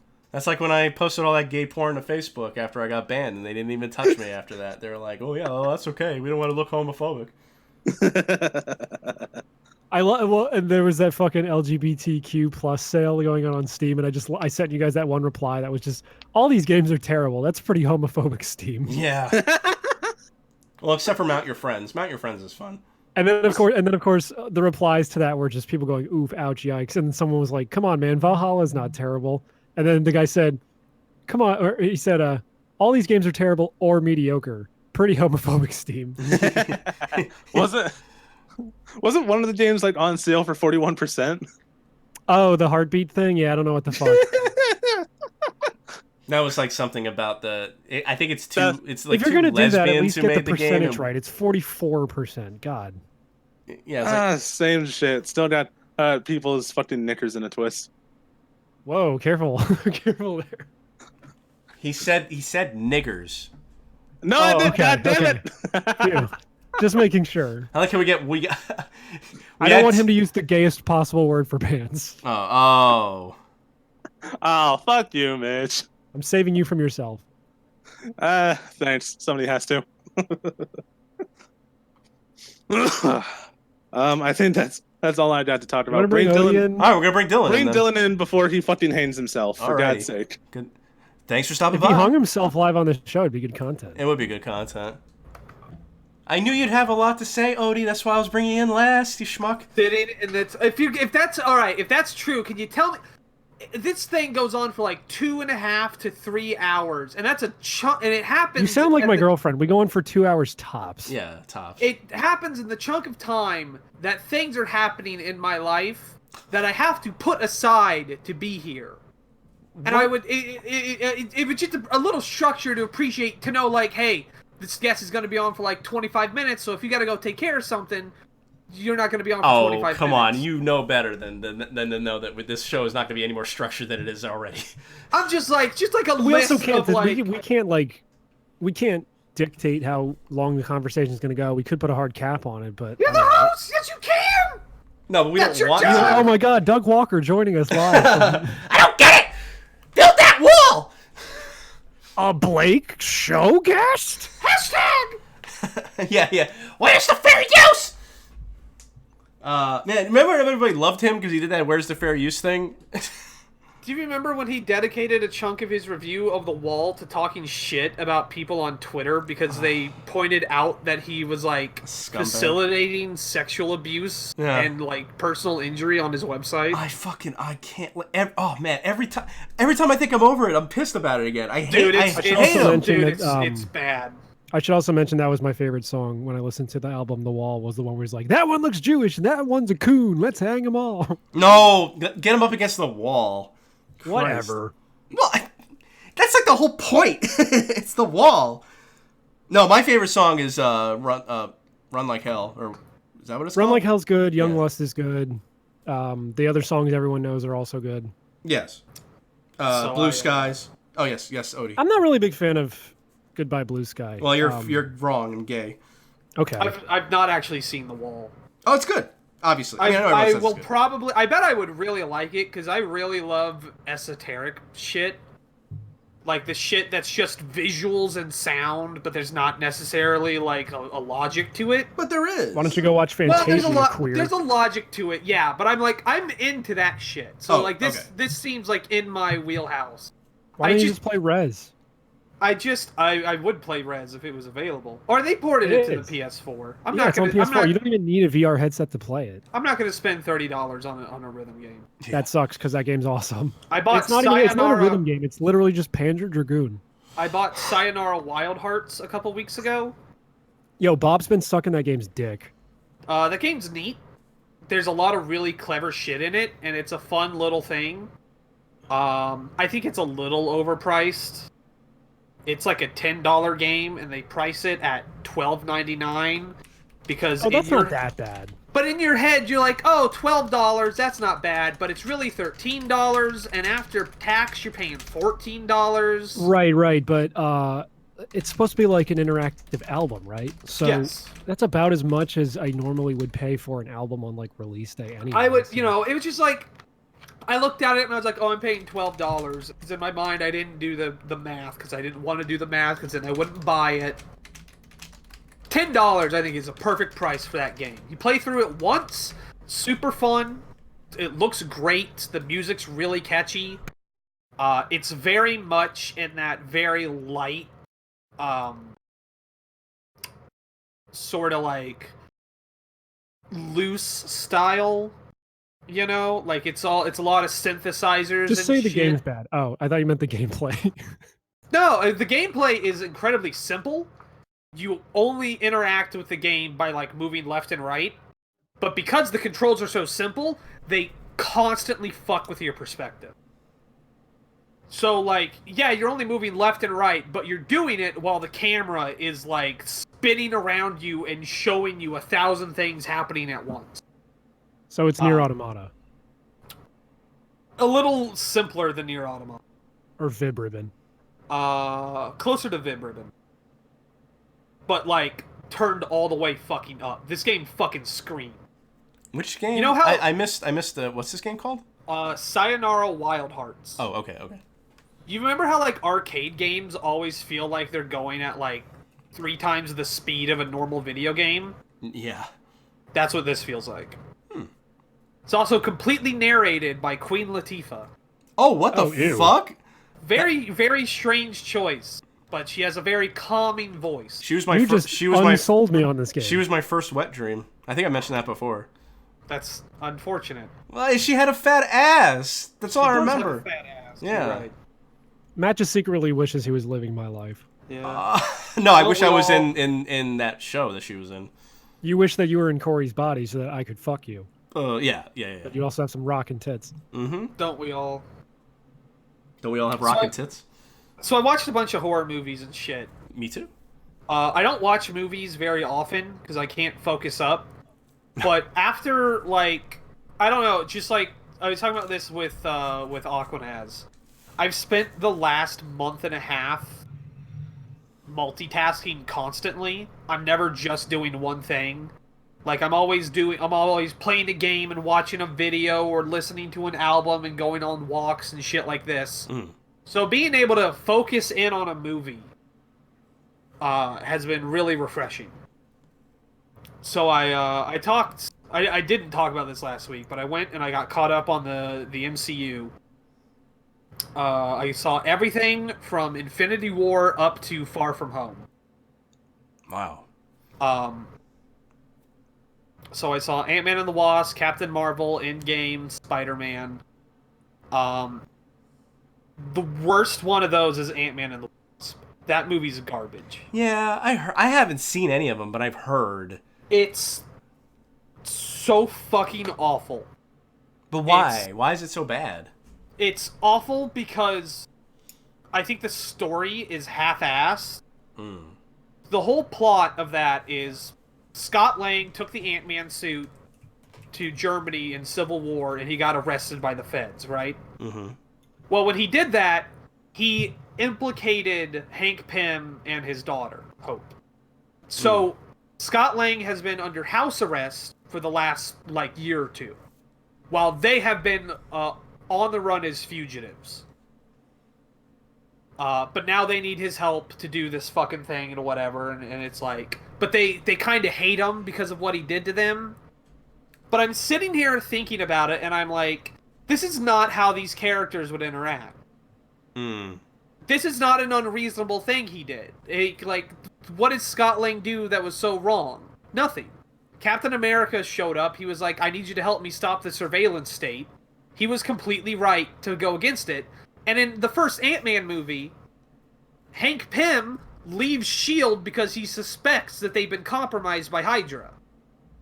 He knows that the surveillance state is a real thing. So it felt like bullshit. Like, this is not where these characters would go. This is not the trajectory of their arcs.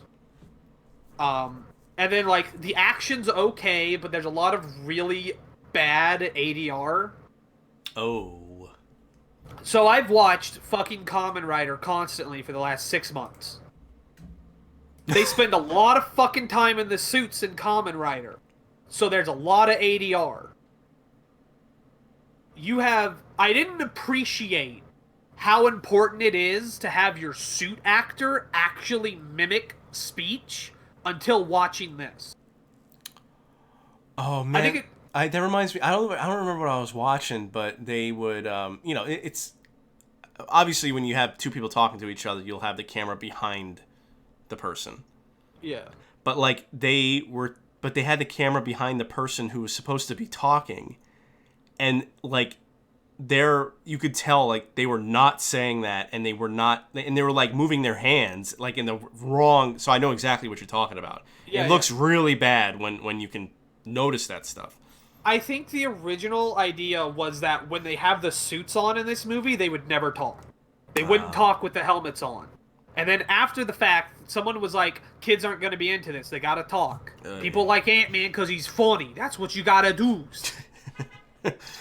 So they added in all this garbage, but the effects were done, so it sounds unnatural. It's not very funny.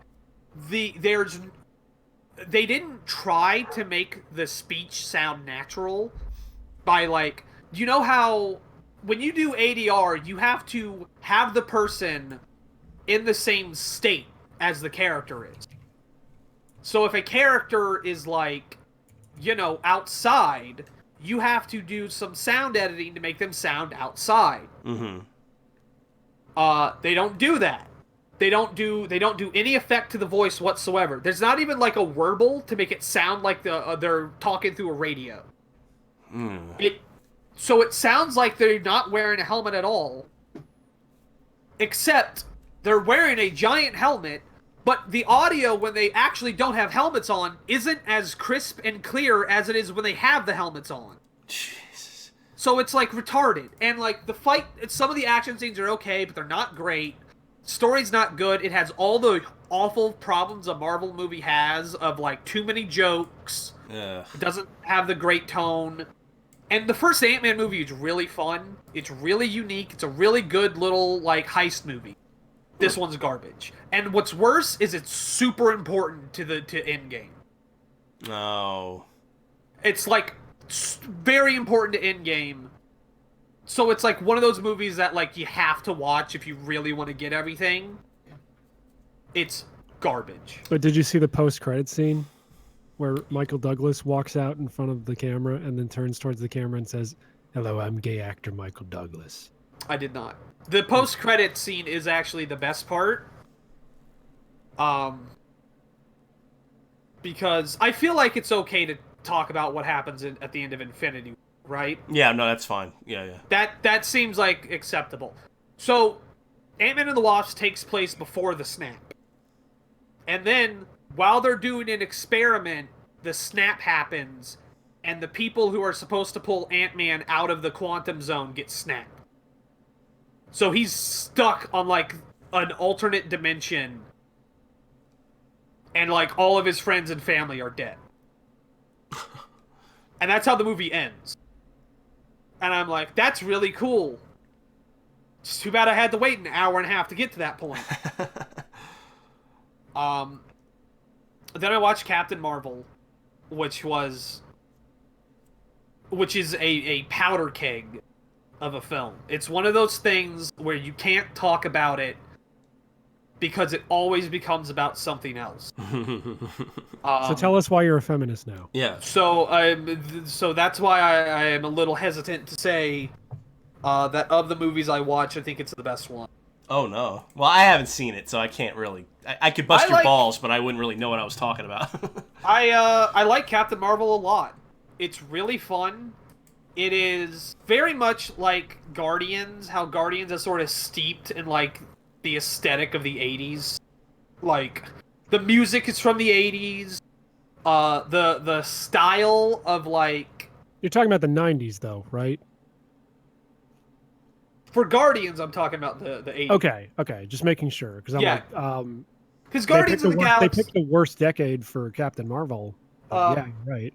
So Guardians is all like 80s, and it's very much like a modern sheen to it, but it's the very like bright and colorful space that they kind of had in the 80s.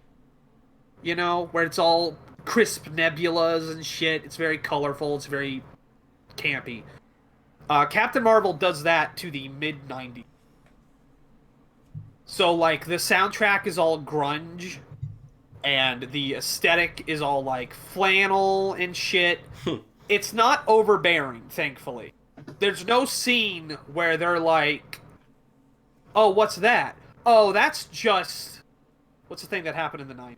Oh, just Kurt Cobain blowing his brains out. Yeah, tell us about the scene where Captain Marvel saves Kurt Cobain from killing himself, and then therefore she ruins music forever. Right. like that doesn't happen. The most it's the 90s thing is that when she crashes on Earth, she crashes into a blockbuster. But even that is more like if you didn't know where the movie takes the first act of the film is all space. Oh. And I'm watching it and I'm like when does it I knew it was a prequel, but I was like, when does this take place? And then she crashes on Earth and then there's the blockbuster and it's like, oh, okay. If you didn't know it was a prequel, that was a really clever way of being like all of a sudden like, ha, fuck you, it's the 90s. I thought the action was really good. There's definitely, like, the feminist stuff is definitely in there. But it's in there in a way that feels natural. Well, yeah, it's just a woman scowling for an hour and a half. First she's scowling in space, then she's scowling in the 90s. She does kind of scowl a lot. That's her one facial expression the entire movie. That's what her facial expression is in real life, too. Yeah, exactly. Yeah. She does the same thing in Scott Pilgrim. I would still fuck Brie Larson, though.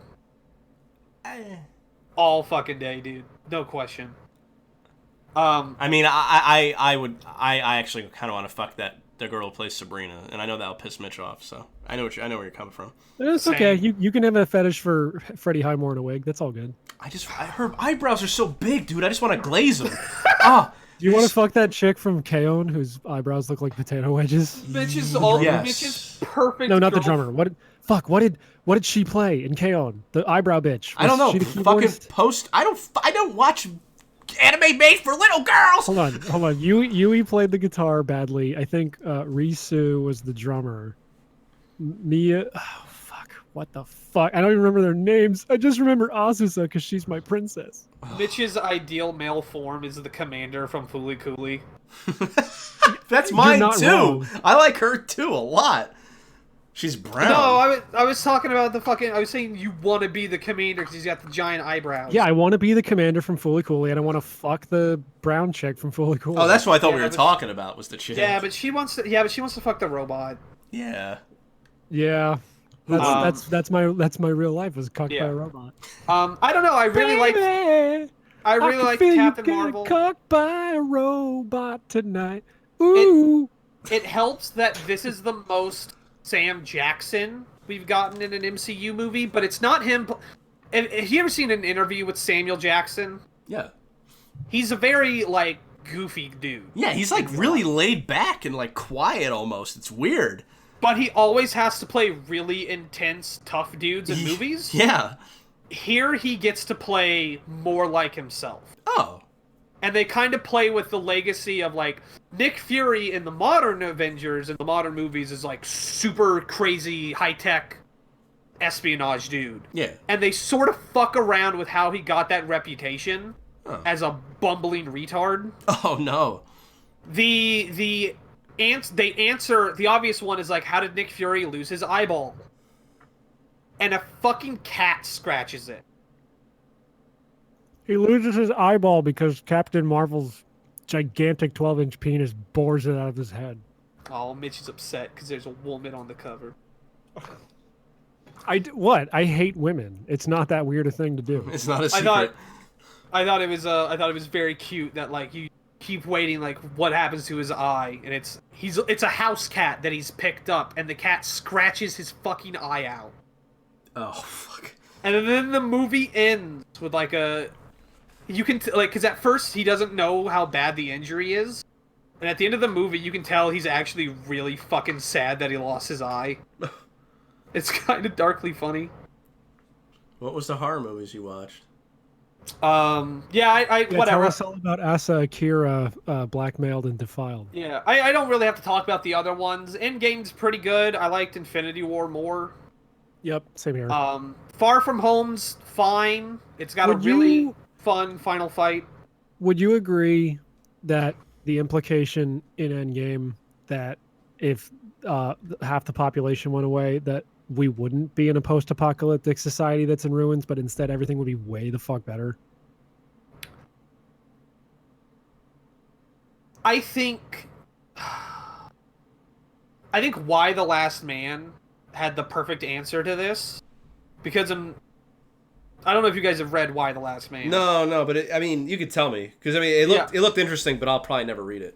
This is literally the opening Oh, okay. of it. Anyway, Why the Last Man is a story where every man on the planet just fucking dies all of a sudden, except for one dude who's the main character, and it's like the massive economic, just the fact that like half of the workforce is gone, and there's no one really to fill their shoes, is not going to be a good thing. Yeah. That's Not true. to mention the immense amount of I mean, in Why the Last Man, the bodies are still there, and it literally takes them like 3 months to clean them up. Oh God. You don't have that problem if everyone's dust, but there's a lot more dust around now, I guess. Yeah, well, you're confirmed to be a cuck since you don't agree with me, but that's all right. It would probably be pretty shitty. I think there's something to be said to the notion that like societies can only function if they have a certain amount of people, and it's basically impossible to govern 1 million people.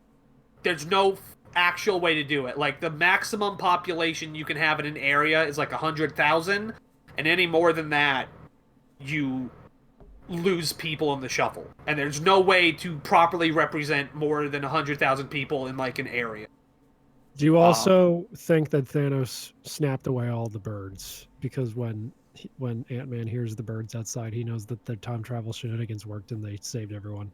Well, it's half of all life. Right, but I mean, he heard just some birds and knew that everything was okay. Yeah, why wouldn't the birds? So Thanos got rid of all the birds. He got rid of the directors went into more detail. He got rid of half of everything.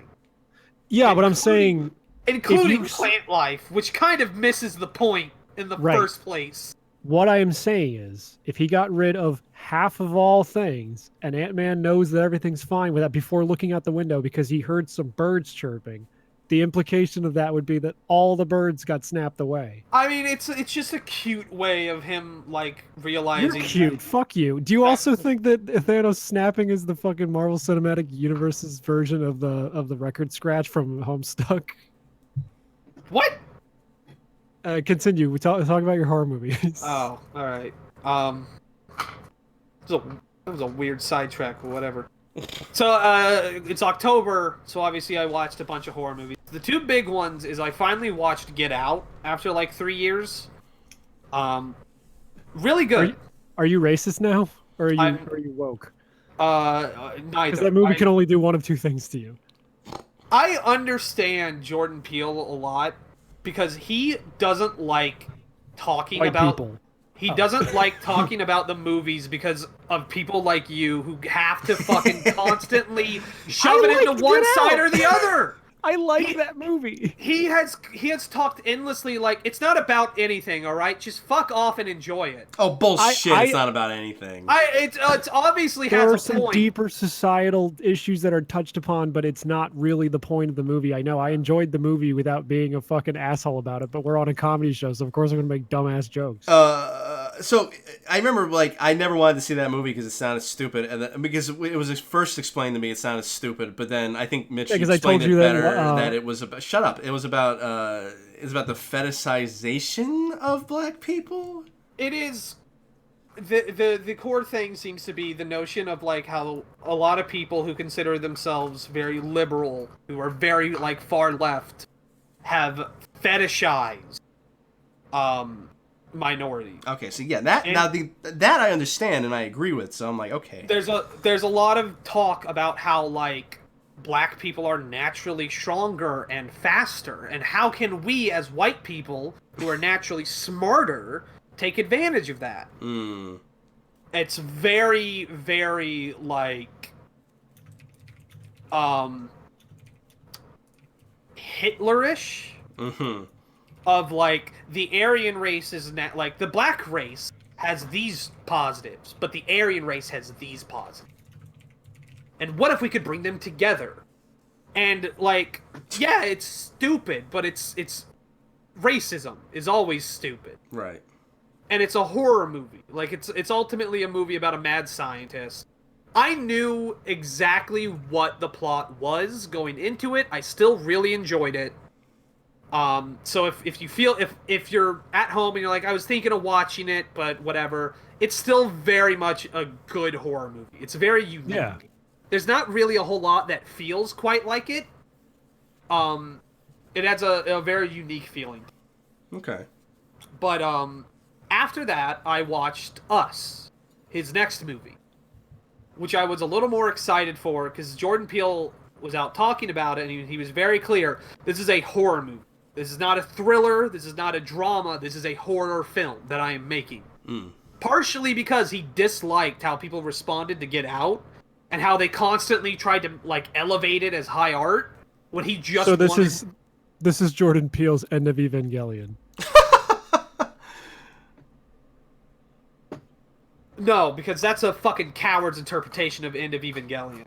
Oh. That's the interpretation of someone who's like, it's a sad ending. He just did it to troll people. Hoo hoo hoo.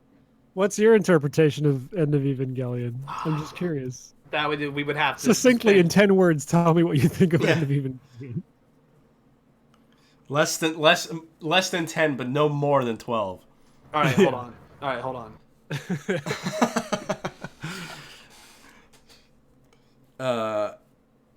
You know, while he's doing Even that. if, all right, Okay. even if you put yourself out there, you won't be loved. Ooh. Here's my less than 10 word review of End of Evangelion. I wish I could choke Asuka. Yeah. Anyways, Us. Us? Us has a lot of problems.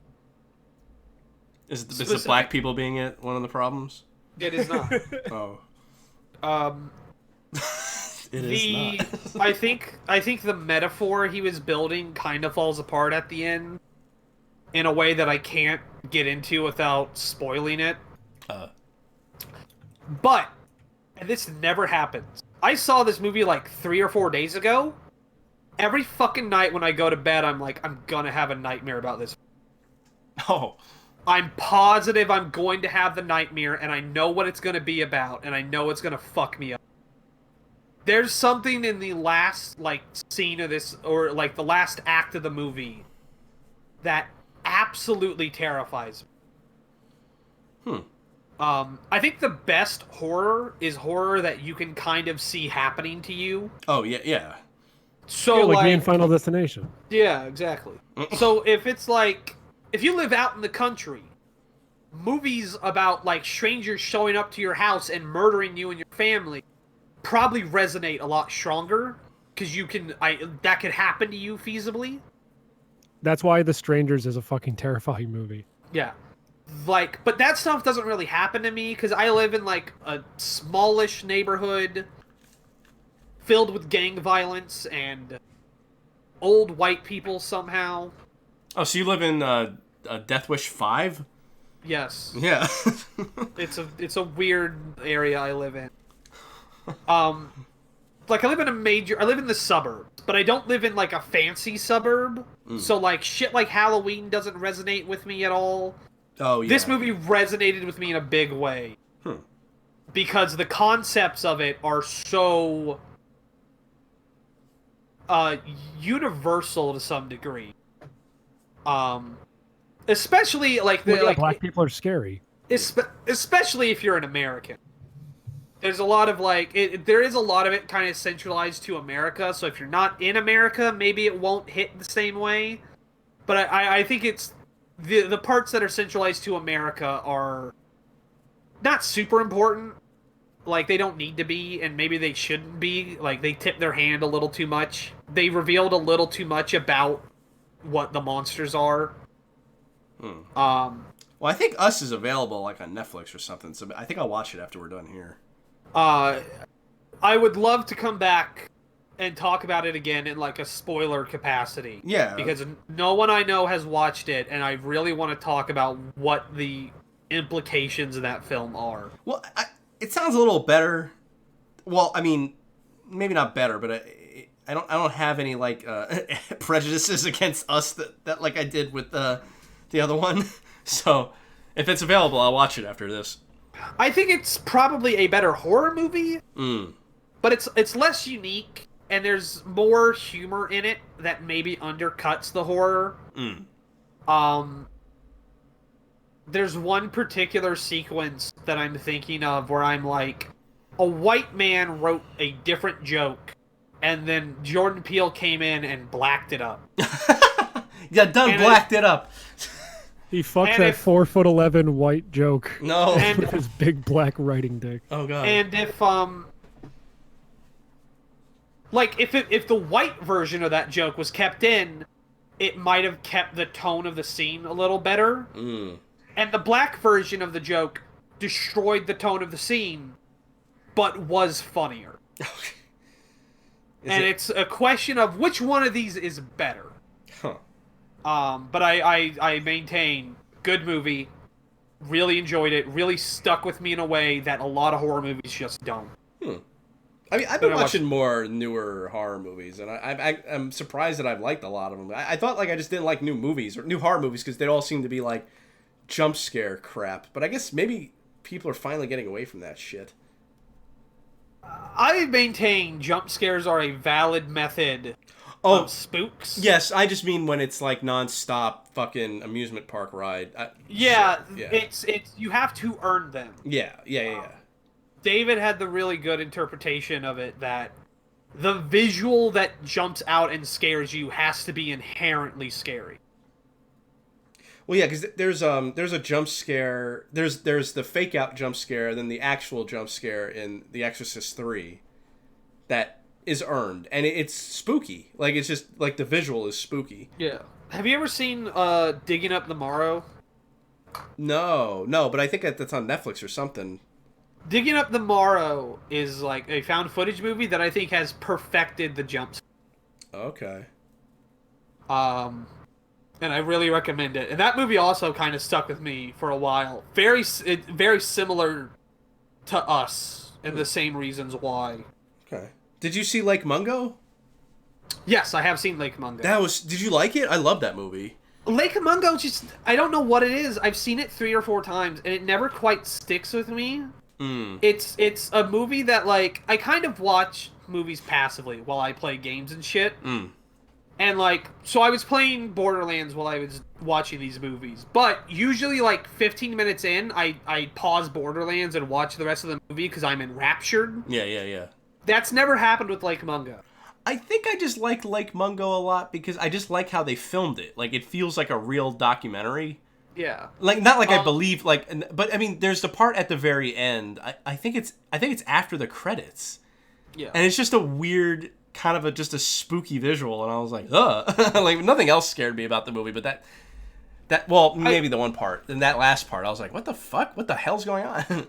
I think found footage really needs to bleed the edges between, like, fiction and reality to be very effective. Oh, yeah. Which is why, like, Blair Witch worked so well back in the 90s. Yeah. People thought that shit was real. Yeah. I watched a found footage movie called The Atticus Institute a couple of years back, and I watch it every year. It's one of my favorite movies. It is a fake documentary about one of those psychic institutes from the, like, late 70s, early 80s. Oh. Where they got someone who was possessed by a demon and was like, we don't know what to do here. And they bring in the government, and the government tries to militarize it. And it's just a really good, unnerving, like, fake documentary. What's this called again? The Atticus Institute. Okay. Savage Land is another movie like that, which is about a massacre in a border town. That is pinned on the one surviving townsman. But it turns out he had photographed the entire massacre. Oh. And it seems to imply a horde of some sort roaming through the town and massacring it. That one's really good. There's a found footage movie I remember seeing that's not very good called the Poughkeepsie Tapes. The scene that the scene that always stuck with me, because I only ever saw like one trailer for it back in like 2009, and then I don't think it ever got a wide release, was like the last scene in the trailer where like it's being filmed by the killer from like a dark kitchen in the victim's house, and you see them like walk into the dark kitchen, turn, see the killer, and then like run into like a lit hallway. It's just, ooh, it's eerie. Have you ever seen the original Silence of the Lambs Manhunter? No. There's a part like that where he's walking through the house with night vision goggles, and it's first person, and it's creepy. I watched. Wait, you talking about the scene where he corners what's her face? Yeah. Yeah, that scene's great. Yeah. I would really recommend going back to the Poughkeepsie tapes because I watched it in the Discord with some dudes a little bit ago, and it really fucking sticks with you. There's some really fucking heinous shit in that. I remember there being heinous shit. I just don't remember it being very good, but maybe I was just jaded. Maybe. I've definitely done that where I go and see a movie and I'm like, this is trash. And then I come back to it not that long later and I'm like, oh, what the fuck? This is great. I had that with an album recently. Was it Doug Walker's The Wall? Yeah. It was not. What a was, genius that man is. It was Was it go. It was Daughters, and it was titled "You Don't Always Get What You Want," or "You Won't Get What You Want." Like that. Are you sure it wasn't Metropenis Part 2 Speams on a Memory by Cream Theater? I'm pretty sure. Speams on a memory. Scene 1 regression becomes scene 1 emission. Overture 1928 becomes oversperm 1969. Strange deja vu becomes strange deja goo. Through my words becomes through my sperm. Fatal tragedy becomes natal tragedy. Beyond this life becomes bust on this wife.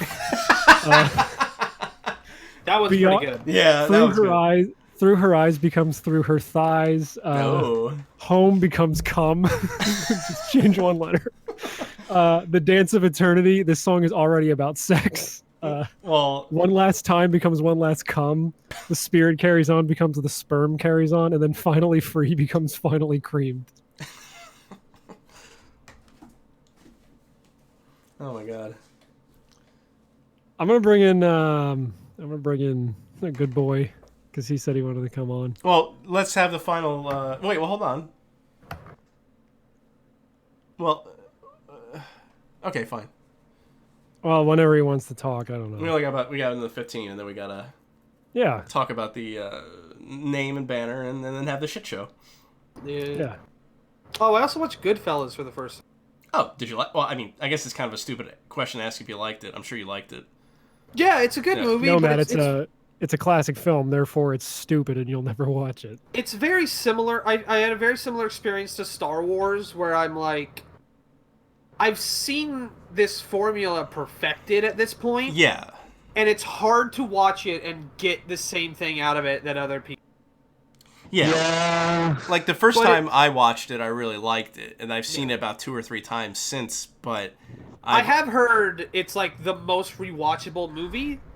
And I definitely see that already, where it's like, that's a movie that never stops and you don't have to actually look at. Yeah.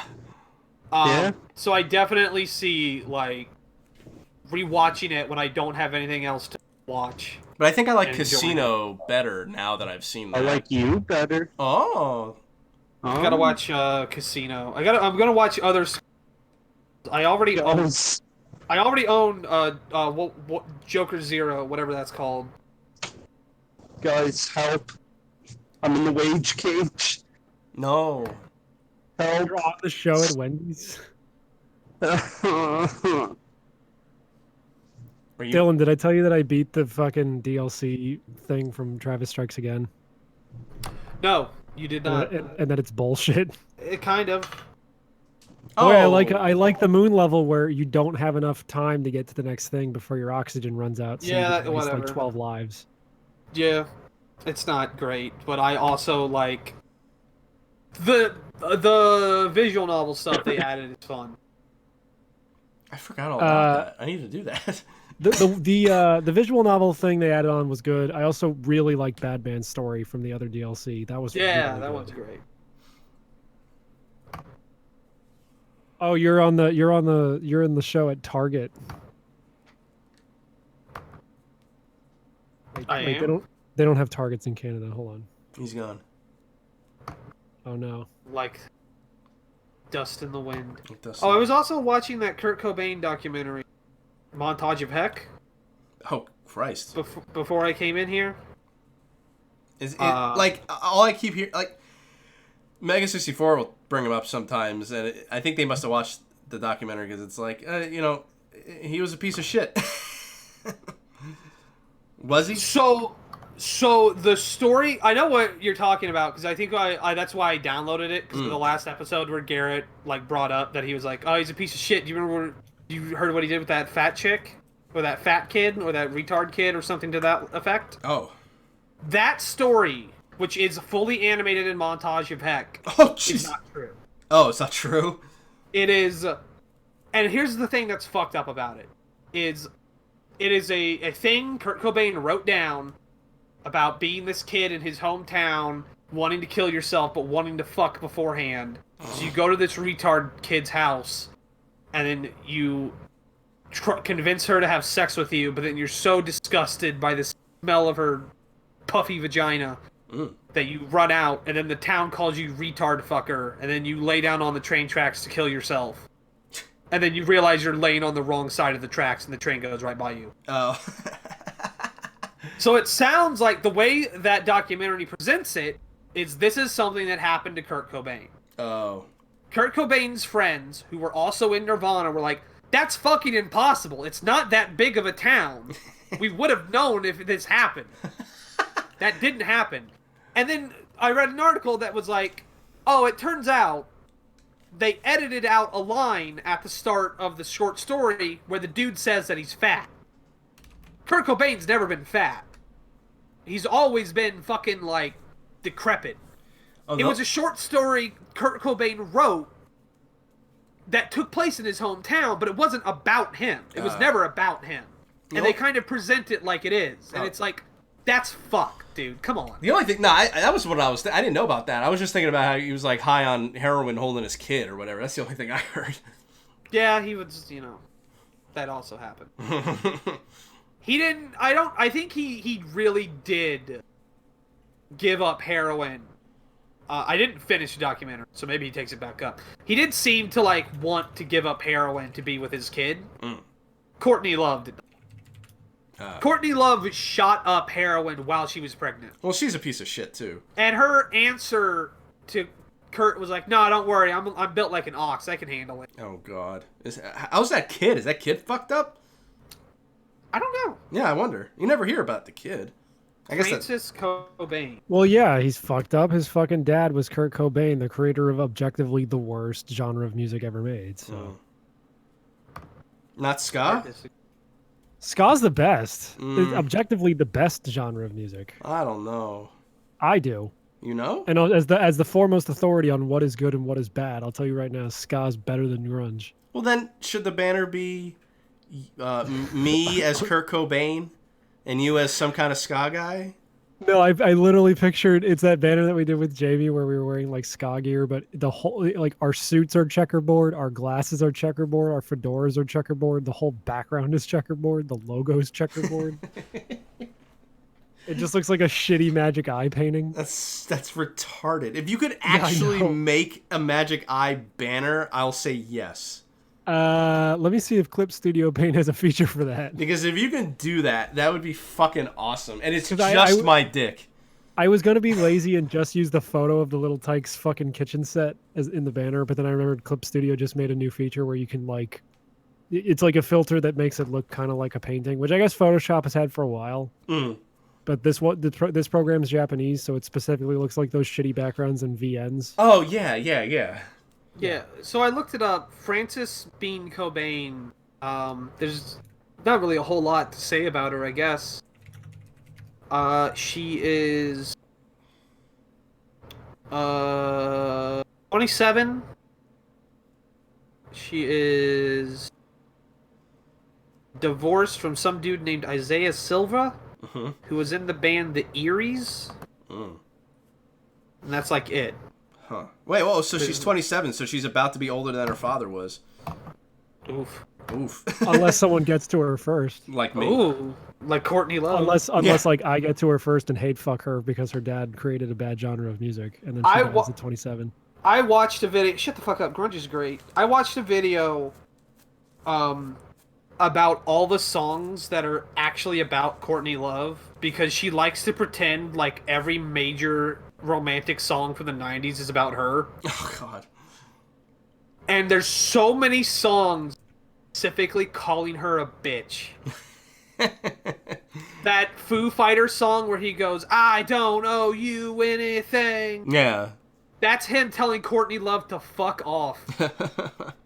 That's Name why the verse of that song is, "How can it be I'm the only one who can see your rehearsed insanity?"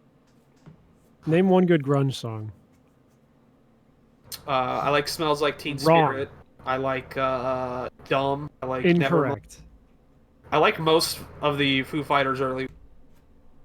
I like most Nirvana songs. I can just name Nirvana. Yeah, name one from another grunge band. Like name a Pearl Jam song you like. You can't. It's impossible. I probably could if I fucking My mom was really into grunge before she had me. Oh, so you were born with it, Yes. like an STD. My mother was very That's not much. even- I'm sorry. My mother was very much into the local music scene, and Columbus, Ohio, has actually a pretty bustling like rock scene here. Yeah. Well, how close are you guys to the fucking Rock and Roll Hall of Fame there? That's in Cleveland. Yeah, but how close is Columbus and Cleveland? Not super close. Oh, okay, whatever. Same state. It's like half a state away. That's close enough. So, and then when she had me, her life basically stopped. Because I am so heavy, I have my own, like, my gravity is so intense, time doesn't work right around me. So she always listened to grunge and shit. So I've been listening to Nirvana and shit since I was born. I'm sorry. So if you played me a Pearl Jam song, I could probably tell it, like I would recognize it instantly, but I can't tell you what they're called or anything. Yeah. I don't know them by name. Like I've been listening to like metal and shit since I was a kid, just 'cause that's what my fucking family listens to. That's why I developed a taste for the rap.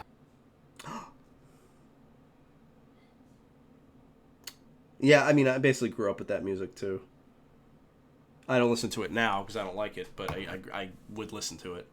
I still listen to Nirvana pretty often. I'm still way into that sound. I mean, if Smells Like Teen Spirit comes on my fucking classic rock playlist on Spotify, I'll What's that? begrudgingly listen to it. Begrudge. Get it? Title of the episode? No. Not begrudgingly. Who sings the song "Epic"? Is that? Oh, Faith No More. Is Faith No More grunge?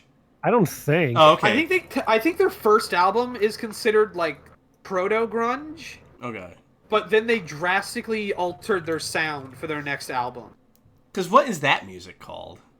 I'm looking up what Wikipedia. Because there's like describes that and Faith No like More as. the Toadies. Alternative metal, experimental rock, funk metal. Is Okay, what okay. Wikipedia describes Faith No More. Because I don't particularly like a lot of their songs, but that song "Epic," I can't. Epic's I a great love song. that fucking song. I can definitely see you thinking that was grunge, especially with some of their later stuff. Like, what's that one song? It's like Doctor Doodle-Day. I don't know. I watched a video that went into the history of nu metal, and Oh, like God. Faith No More was like cited as like this is kind of where it starts because this is where like someone created a new sound out of hip hop and rock. Huh. I guess I can't talk about grunge being bad because I actually prefer nu metal to grunge. Like when people ask me which Metallica album I think is the worst, I'd sooner say Load than like Saint Anger. You got to be out of your fucking mind to No. You got to be out of your fucking mind to think fucking King Nothing. King Nothing's the only song in that album I really like. No, Fuel That's is it. great. No, Fuel's on Reload. They're the same album. Fuck Which I off. also don't like that album. I only like Fuel. No, Actually, no, that's a lie. There's like a couple songs on Reload I like. I really like Mothership Zeta, but that's not from Fallout 3. That's from Fallout 3 Game of the Year edition. I like Saint Anger more than Load or Reload combined. Push it out. Got it coming out. Did I ever tell you? Wait, I know Matt knows about this, but I ever talk about the drawing I did where it's the cover of Saint Anger, but instead of a fist being wrapped around with ropes, it's a dick. I don't That remember that. Seems I very posted obvious. it on Twitter. You've seen it. I guess. That I'll album post it art, in the Discord right now. You should also That- watch that Nostalgia Creek video that I fucking shared in the Discord just now. No. that album art looks like it was done by like a 13-year-old in 2007. You're not wrong, even though that album came out way before that. It looks like it would be an album cover for a fake album in like a cartoon from 2000. You are right. That is very much correct. Does Metallica have the worst album covers? After like And Justice for All, yeah, I would say so. Because like the Black Album is that hideous fucking rattlesnake. It's the Don't Tread on Me snake. It's the which is, it looks like a drawing from 1600 before they knew what snakes were. Right. It probably it was. actually looks like it was drawn by someone who doesn't know what a snake is. So when they said like the snake coils around itself, he's like, oh, like a bed spring. Okay. Loads covers literally just blood and cum. And then Reload is something else that's bodily, I forget. And then Saint Anger's got a pretty bad cover. And then I don't think Death I saw Magnetic that. cover is actually Death Magnetic cover is actually not that bad. It's actually, that's probably their best modern cover. And then I actually don't mind the cover for Hardwired to Self-Destruct. Hardwired all to their Self-Destruct's faces. cover is actually really cool because it's supposed to be like an Azura. Yeah. So there's a logic to it. It's actually I remember seeing it when I worked at Target, being like, maybe I'll pick that up. That looks pretty cool. It's also a good ass album. I guess Master of Puppets is okay. Master of Puppets is a great album cover. Like, I know it's been memed to death, but I mean, like, come on. It's You just, gotta think of it's it just crosses. It's just a graveyard. With a hand and there's strings and. Yeah, okay. I guess they're all right. I think Kill 'Em All is a dumber album cover than that. Ride the honestly. Lightning's album cover looks. It's also a dumb album cover, but I love it regardless. Ride the Lightning looks like a. It looks like an advert for like a super wheelchair. That's like something that fucking Timmy from South Park would have. Oh my god, you're totally right. Oh. Fuck. What was it? Kill 'Em All? That one's okay. You know, it's a bloody hammer. We can all agree that Megadeth has way worse album covers, though, right? Hold on. I think I remember. They're better and worse all at the same time. It doesn't. The Megadeth album covers is from like that weird era. No, these are great. Like, they're great, but they're also dumb. Like, This is the aesthetic. This is. Fallout would not exist without these album covers. no, you're right. I'm just saying. Like, what's the one where he's like shaking hands with politicians in front of the White House? It's so dumb looking, but I love it. Like, it's the plan has failed or some shit. The world is, I don't remember. I don't know. I googled up Megadeth album covers. All I'm getting is skeletons and suits. Yeah, it's Vic Rattlesnake, baby. And I'm into this. I was also said when I started getting into Megadeth like last year, I said, I don't know what fucking Dave Mustaine's obsession is with ellipses, where like every album has to have an ellipses in it. Like, killing is my business, ... and business is good, or peace sells, ... but who's buying? Is he Chinese? No, he's very white.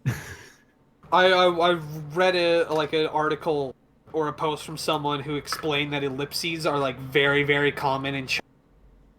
So like Chinese to English speakers will use ellipses in their writings way more than they should. But like, And they use that to discern that the fucking Blizzard apology was probably written by like a Chinese person.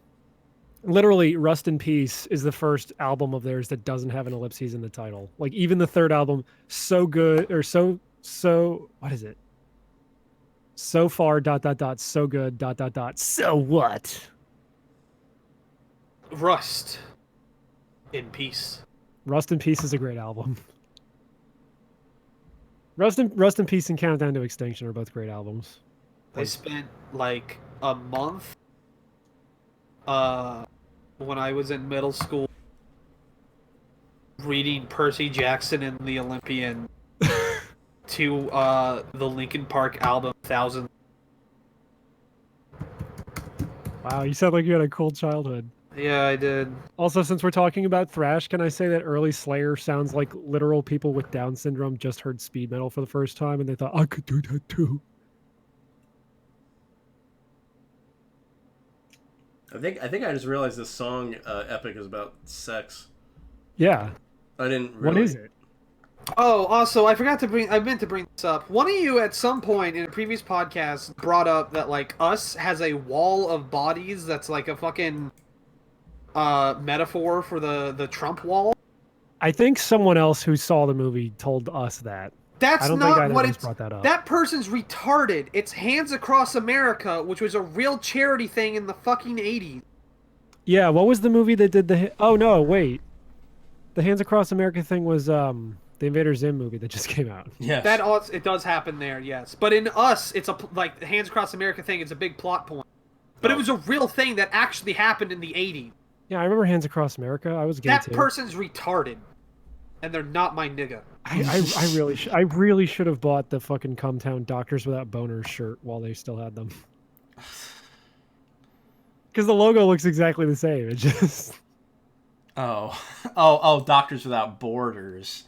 Yeah. Okay, that's funny. I was like, I don't get it. Doctors It's Without like the same thing as the Boners. Doctors Without Borders logo, but it says Doctors Without Boners.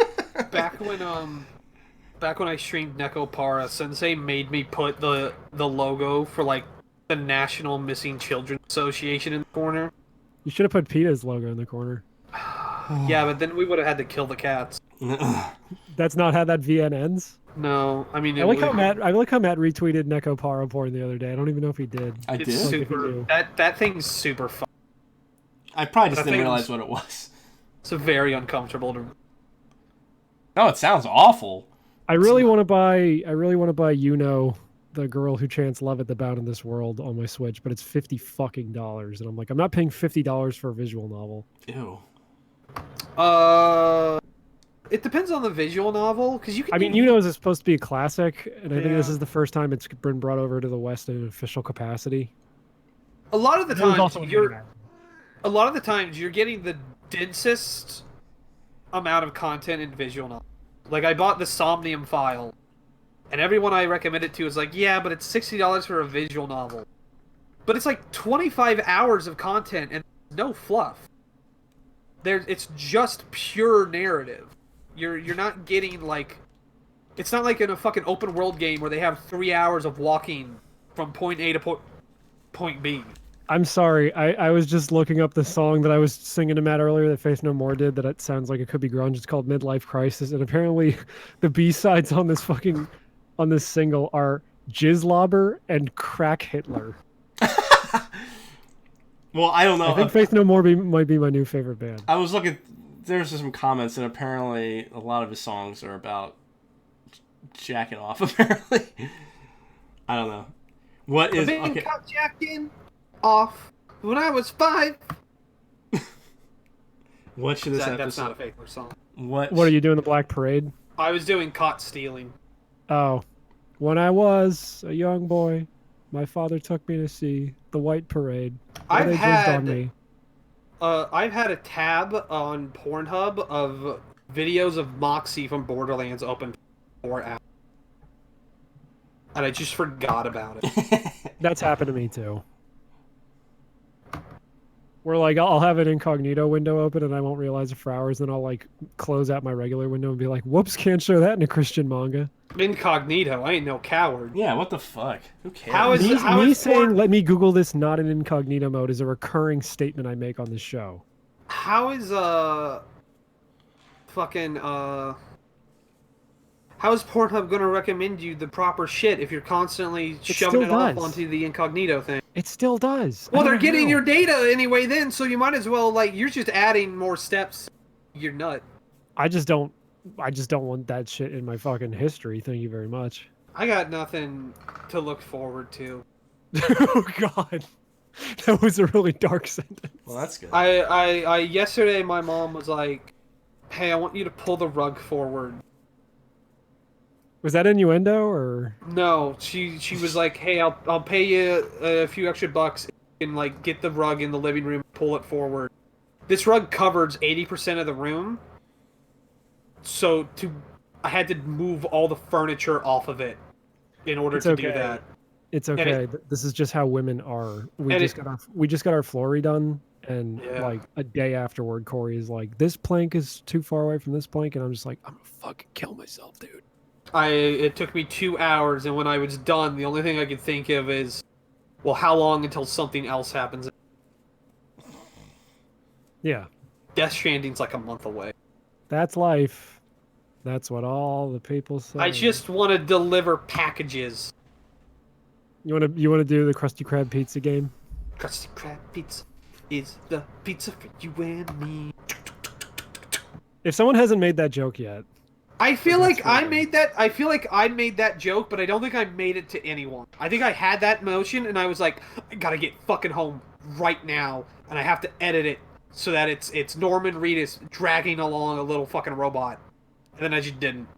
yeah, I do the same thing all the time. Like I'll be at work and I'm like, I should animate that dumbass Pennywise dance from the first It movie next to Joaquin Phoenix dancing in the Joker movie, and just put like a Mario RPG song in the background, and then I just never did it.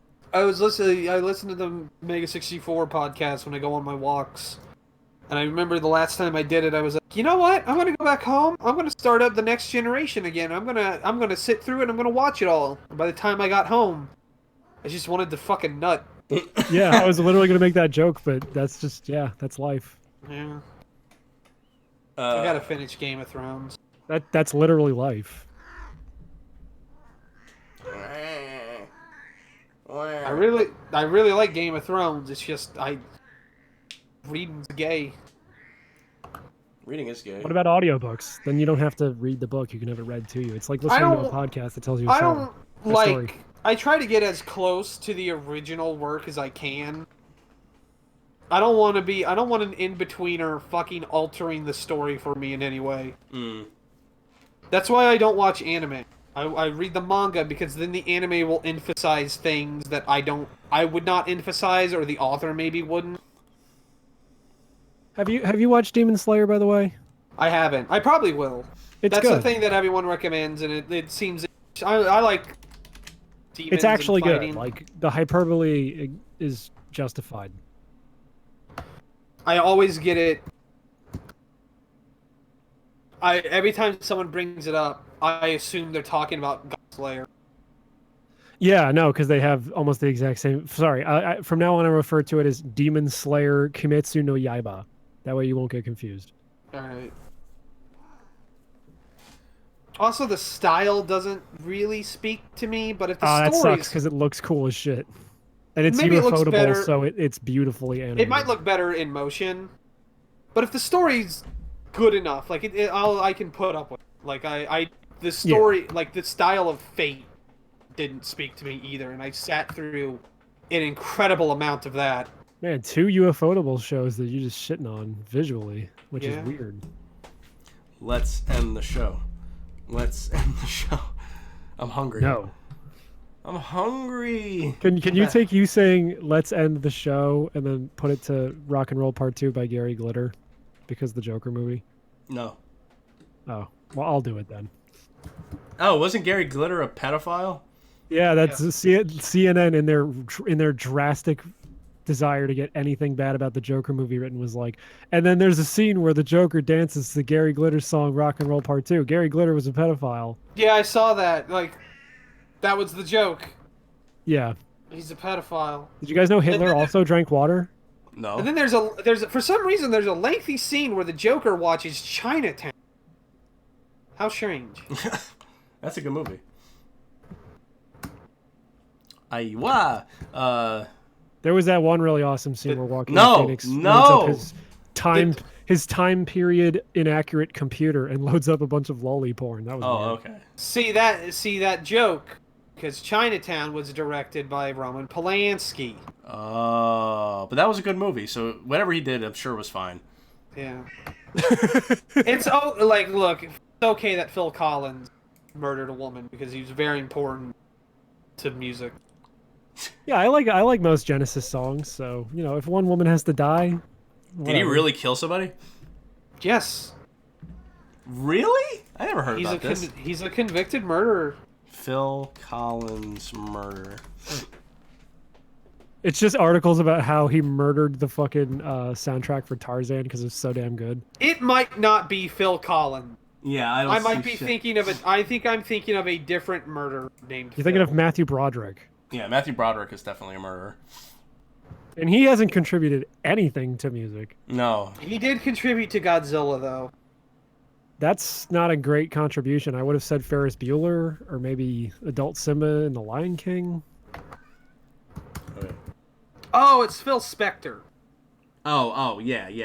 He murdered a bitch. Isn't that guy from Xbox? Yeah. That's Warren Spector. No, that's the Deus Ex guy. And he made that Right. shitty Mickey game. Give me 2 of those. David. I know, and I never played the second one, and I kind of wanted to, but then I heard it was a musical, and I'm like, oh, I'm going to give a Texas-sized no to that one. I'm moving ODST to the waiting room. Good. Thank you very much. Let me free.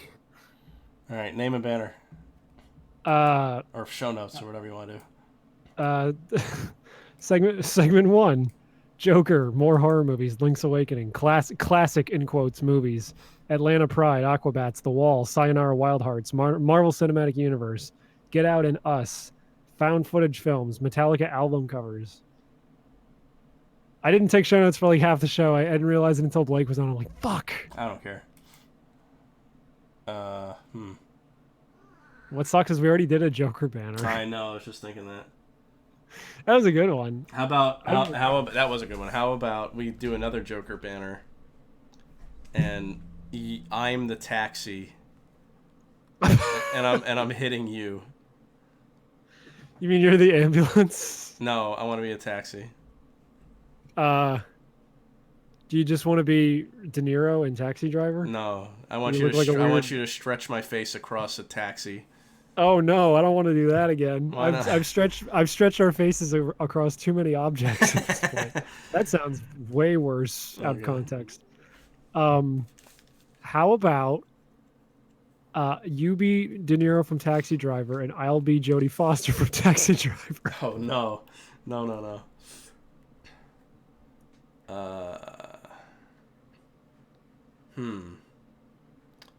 How about? Oh, and then what was the guy in Taxi Driver who like pimped her out with the long hair? I don't Fuck, know. he's I a didn't famous- see that goddamn No, movie. I'm asking. It was rhetorical, you dipshit. No. It's why can't I remember this actor's fucking name? He's got a weird name.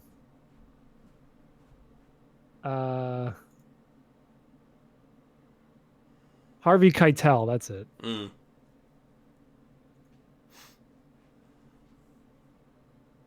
I don't know what the fucking title and banner of this one's gonna be. Shit. It gets harder and harder every week. 4'11" flat white with 2 pumps of vanilla.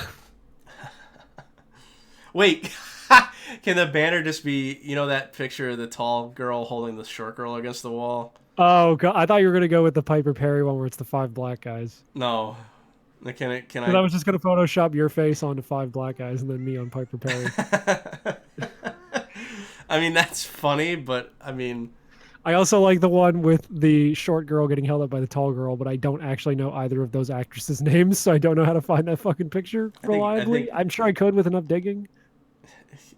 I bet you I could find it in like 1 second. Okay, I'm timing you. Tall girl holding up short girl. I also like the one where Against it's the the girl wall. holding the other girl with the ponytail and she's feeding her milk. Oh yeah. See, I found it immediately. Okay, well then in that case we can do that. Like, wait, where are you going with that then? What are we gonna be besides those 2 porn actresses? Like, you're gonna be De Niro from Taxi Driver holding me up as Jodie Foster. No, it should. Oh no, wait, no, better yet, it's you as Buffalo Bill and me as Jodie Foster from Silence of the Lambs, and you're wearing night vision goggles. No, it's just. You go to size 14. Oh my god. I guess I was just thinking like. No, I don't want to draw that. Oh, all right. I was just thinking. I don't know what. It's just us just doing that. I could. Oh, like the movie Us. Okay, so you'll be yourself holding me up, but you'll be a scary black lady. Hmm. Oh, there's a midget in the Joker movie. Maybe we could make that the thing. No, stop talking about that goddamn movie. Can it be you holding me up against the wall, but I'm Minnie with my human face, and I have stinky poopy coming out of my butt? Sure, because they can have it streaking down the wall. Oh no, I don't like that. Well, you're the one who said You it. ruined it. You ruined it. Kitty, why is your butthole? I'm so trying to think of a puffy? Megadeth album cover we could do now. No, Why we've not? done that, didn't we? No, we didn't. Oh, I thought we did. We did the title. Oh yeah. Cucking is my business, and business is good.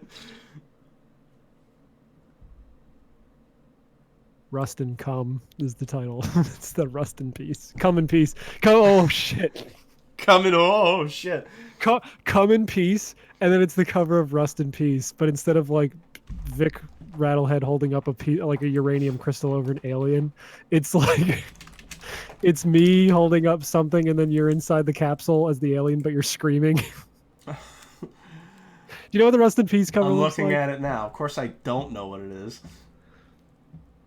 You should. Well, It's me holding up a green crystal that says Joker spoilers over it, and then it's you trapped in the capsule screaming. And then in the background is like Doug Walker and Dylan and Blake. Yeah, you won't draw that though, because you'll wait till the last second, and be like, I don't feel like drawing any of that. No, I could do it really like. I have it. like a painterly style that I could do pretty fast. I Do it, think. faggot, because that's pretty funny. Unless you want the cover of this fucking episode to just be my fucking Saint Manger picture. I do, kinda. I know, but I don't think we can get away with that. Nah. My dong style determines my cum style. And then and then Tony on Facebook, when I posted that at first, when I posted that as just a written status before I drew that picture, he said, "You're coming out. You're coming out." That's a funny title name. Yeah. Metrop Penis Part 2. Themes on a Memory. I had way too much fun trying to come up with like, how do I sexualize all these fucking That was funny. song titles? I'm glad you found it funny, because I know you don't know those songs, so it still worked. Yeah, it's still, yeah. Cummy Bottom Boy. Cummy Bottom Boys. Cummy Bottom Boy. This is- Oh man. So you know, Cash Rules Everything Around Me, Cream. No? It's a rap song. Okay. I was gonna do a picture where instead the C stands for Carly Rae Jepsen, rules everything around me. Jesus. Or Carly Rae Epson around me. Epstein? I also was trying to mix up Carly Rae Jepsen and Jeffrey Epstein, so it'd be like Carly Rae Jepstein, but I don't think that would work super well. Oh my god. You can draw her with an egg-shaped penis. Hanging herself in I really gotta draw that picture of her in a Nazi outfit. Yeah, you do. I really gotta do that. Just for shits and giggles. It's the last thing I'll ever post to Facebook, is I'll go in that fucking Carly Rae Jepsen group I'm in and just post that and just leave. Do it. Kind of like how there was the Laser Time group, and I made a post about how, like, yeah, I've been listening to this show for a while, and Henry just got on my nerves this time, so I'm gonna quit. Then all the fucking cocks in that group were like, BRB church. Like, Church? yeah, I guess because I'm Christian for thinking that Henry was an annoying faggot, Oh. which he was. Will be. Forever will be. As I was, you are. As I am, you shall. As I come, you are the come. Wait, what is that quote? Fuck. I don't know. As you are, I come. As I am, soon you shall speam. Can that be the title of the episode? Soon you shall cream. Let me look up that quote so I don't fuck it up. Hold on. Soon you will be cream. List of Latin phrases. What the fuck? No, like the guy says it in fucking 1488 or whatever that movie is about the haunted hotel room. Oh, 1408. Yeah, that'd be great if they made a new movie called 1488. And it was just John Cusack coming to terms with the fact that he was a white supremacist. And then there's a tiny Samuel L. Jackson in the fucking freezer of the hotel. He's like, I told y'all that room would make you racist. You didn't listen. Oh my god. As you were, I was. As I am, you will be. Apparently, it's a Hunter S. Thompson quote. So as you were, come As you sperm, as you I s- come. As you sperm, As I came, you will cream. That's the title of the episode. God, it has nothing to do with. I don't give a anything shit. I want that to be the name of the episode right now. Is there a way we can turn Happy Death Day into a cum joke? Happy Cum Day. No. Cummy Death Day. Oh wait, no, Happy- the little Death Day, because coming was called the Little Death. That's way too deep a pull. I know. appreciate it. Oh, thank Oh you. wait, we could just call instead of the wall, we call it The cum, the squall. the cream, the No. the balls. We already used cream theater as a joke too, so we can't do that. The ball. I think I still have those actual nude drawings of Hatsune Miku that I drew for that banner somewhere. Good. Fuck. Just another cum in the sock. Like Another. another speam in the cream. Ew. All in all, you're just another speam in the cream. If you don't beat your meat, you can't Yeah, come yeah. any pudding. Yeah, if you don't beat your meat, you can't have any coming. How can you have your coming if you don't beat your meat? Another cum on the wall. Is that? Yeah. That works by itself. Yeah, but I really like if you don't beat your meat, how can you have any coming? But that might be too long.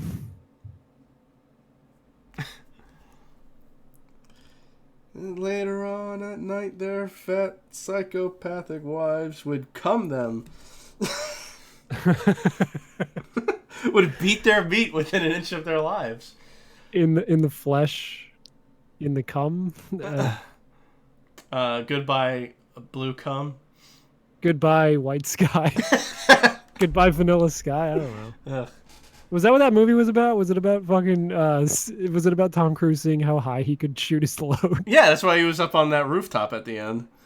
I've never seen Vanilla Sky. I've only seen the end. Requiem for a Cream. Oh, have we done that yet? Requiem for Rexpemium for a Cream. No, I guarantee you we haven't done that. Requirium for a Cream. Jesus Christ. It's like, that sounds like Suspiria. Susquiria. Susquiria. More like Jose Cuervo. Just name the episode Queermo. Oh, All in all, it's just another sperm in my balls. That's good, Seb. Seb always has the wait. good ones. Oh yeah, that's I really want to do that now. Fuck, that's good. All in all, it's just another sperm in my balls. I love how Seb comes in with the fucking layup every time. Yeah, he does. With the alley oops. Yeah, we lay it up. He alley oops. Well, I don't think when you alley oop, I don't think that's a call to layup when the first thing you do. I don't you give a bounce it off the fuck. backboard. I don't care. It's basketball. Who gives a shit? He comes in with the assist. He's on fire. You know what I got stuck in my head like literally yesterday for no reason? What? The fucking clip they used to play on Talk Radar from Joe Montana's Sports Talk Football where he's like, I can't believe it.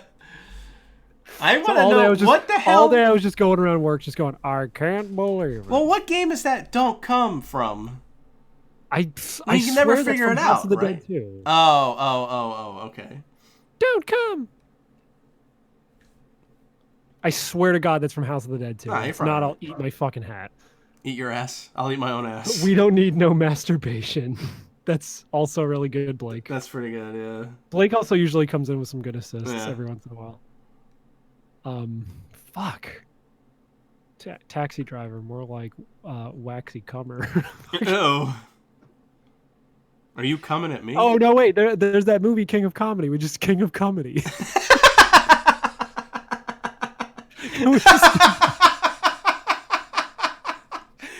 I'm writing it down. I'm writing that one down. Yeah.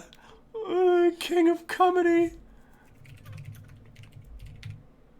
Can it just be the wait? You know that picture that everyone uses on Twitter where it's the Oh, I almost forgot. So at work, I I was looking up that picture of the clown at the desk that everybody uses, the one that's turning around and looking. Yeah. But if you type in like clown businessman, I'm gonna do this right now. There's all these weird fucking Stock photos. Yeah, and it's like clowns with guns at their desk.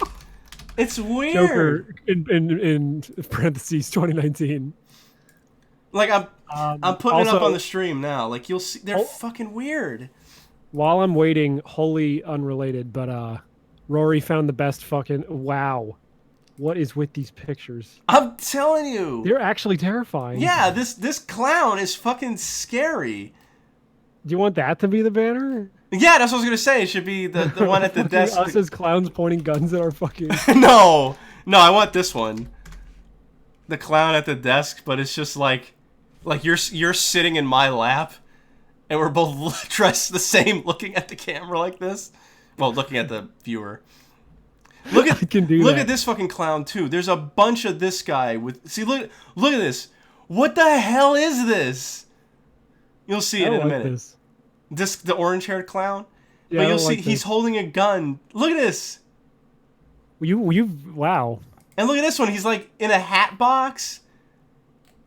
And there's another one where he's holding the gun. Now, I know you don't edit shit anymore, but since you didn't really put anything up on the screen this entire episode, can you just edit the episode to have these pictures like fading in and out during the entire run of the episode on YouTube? No.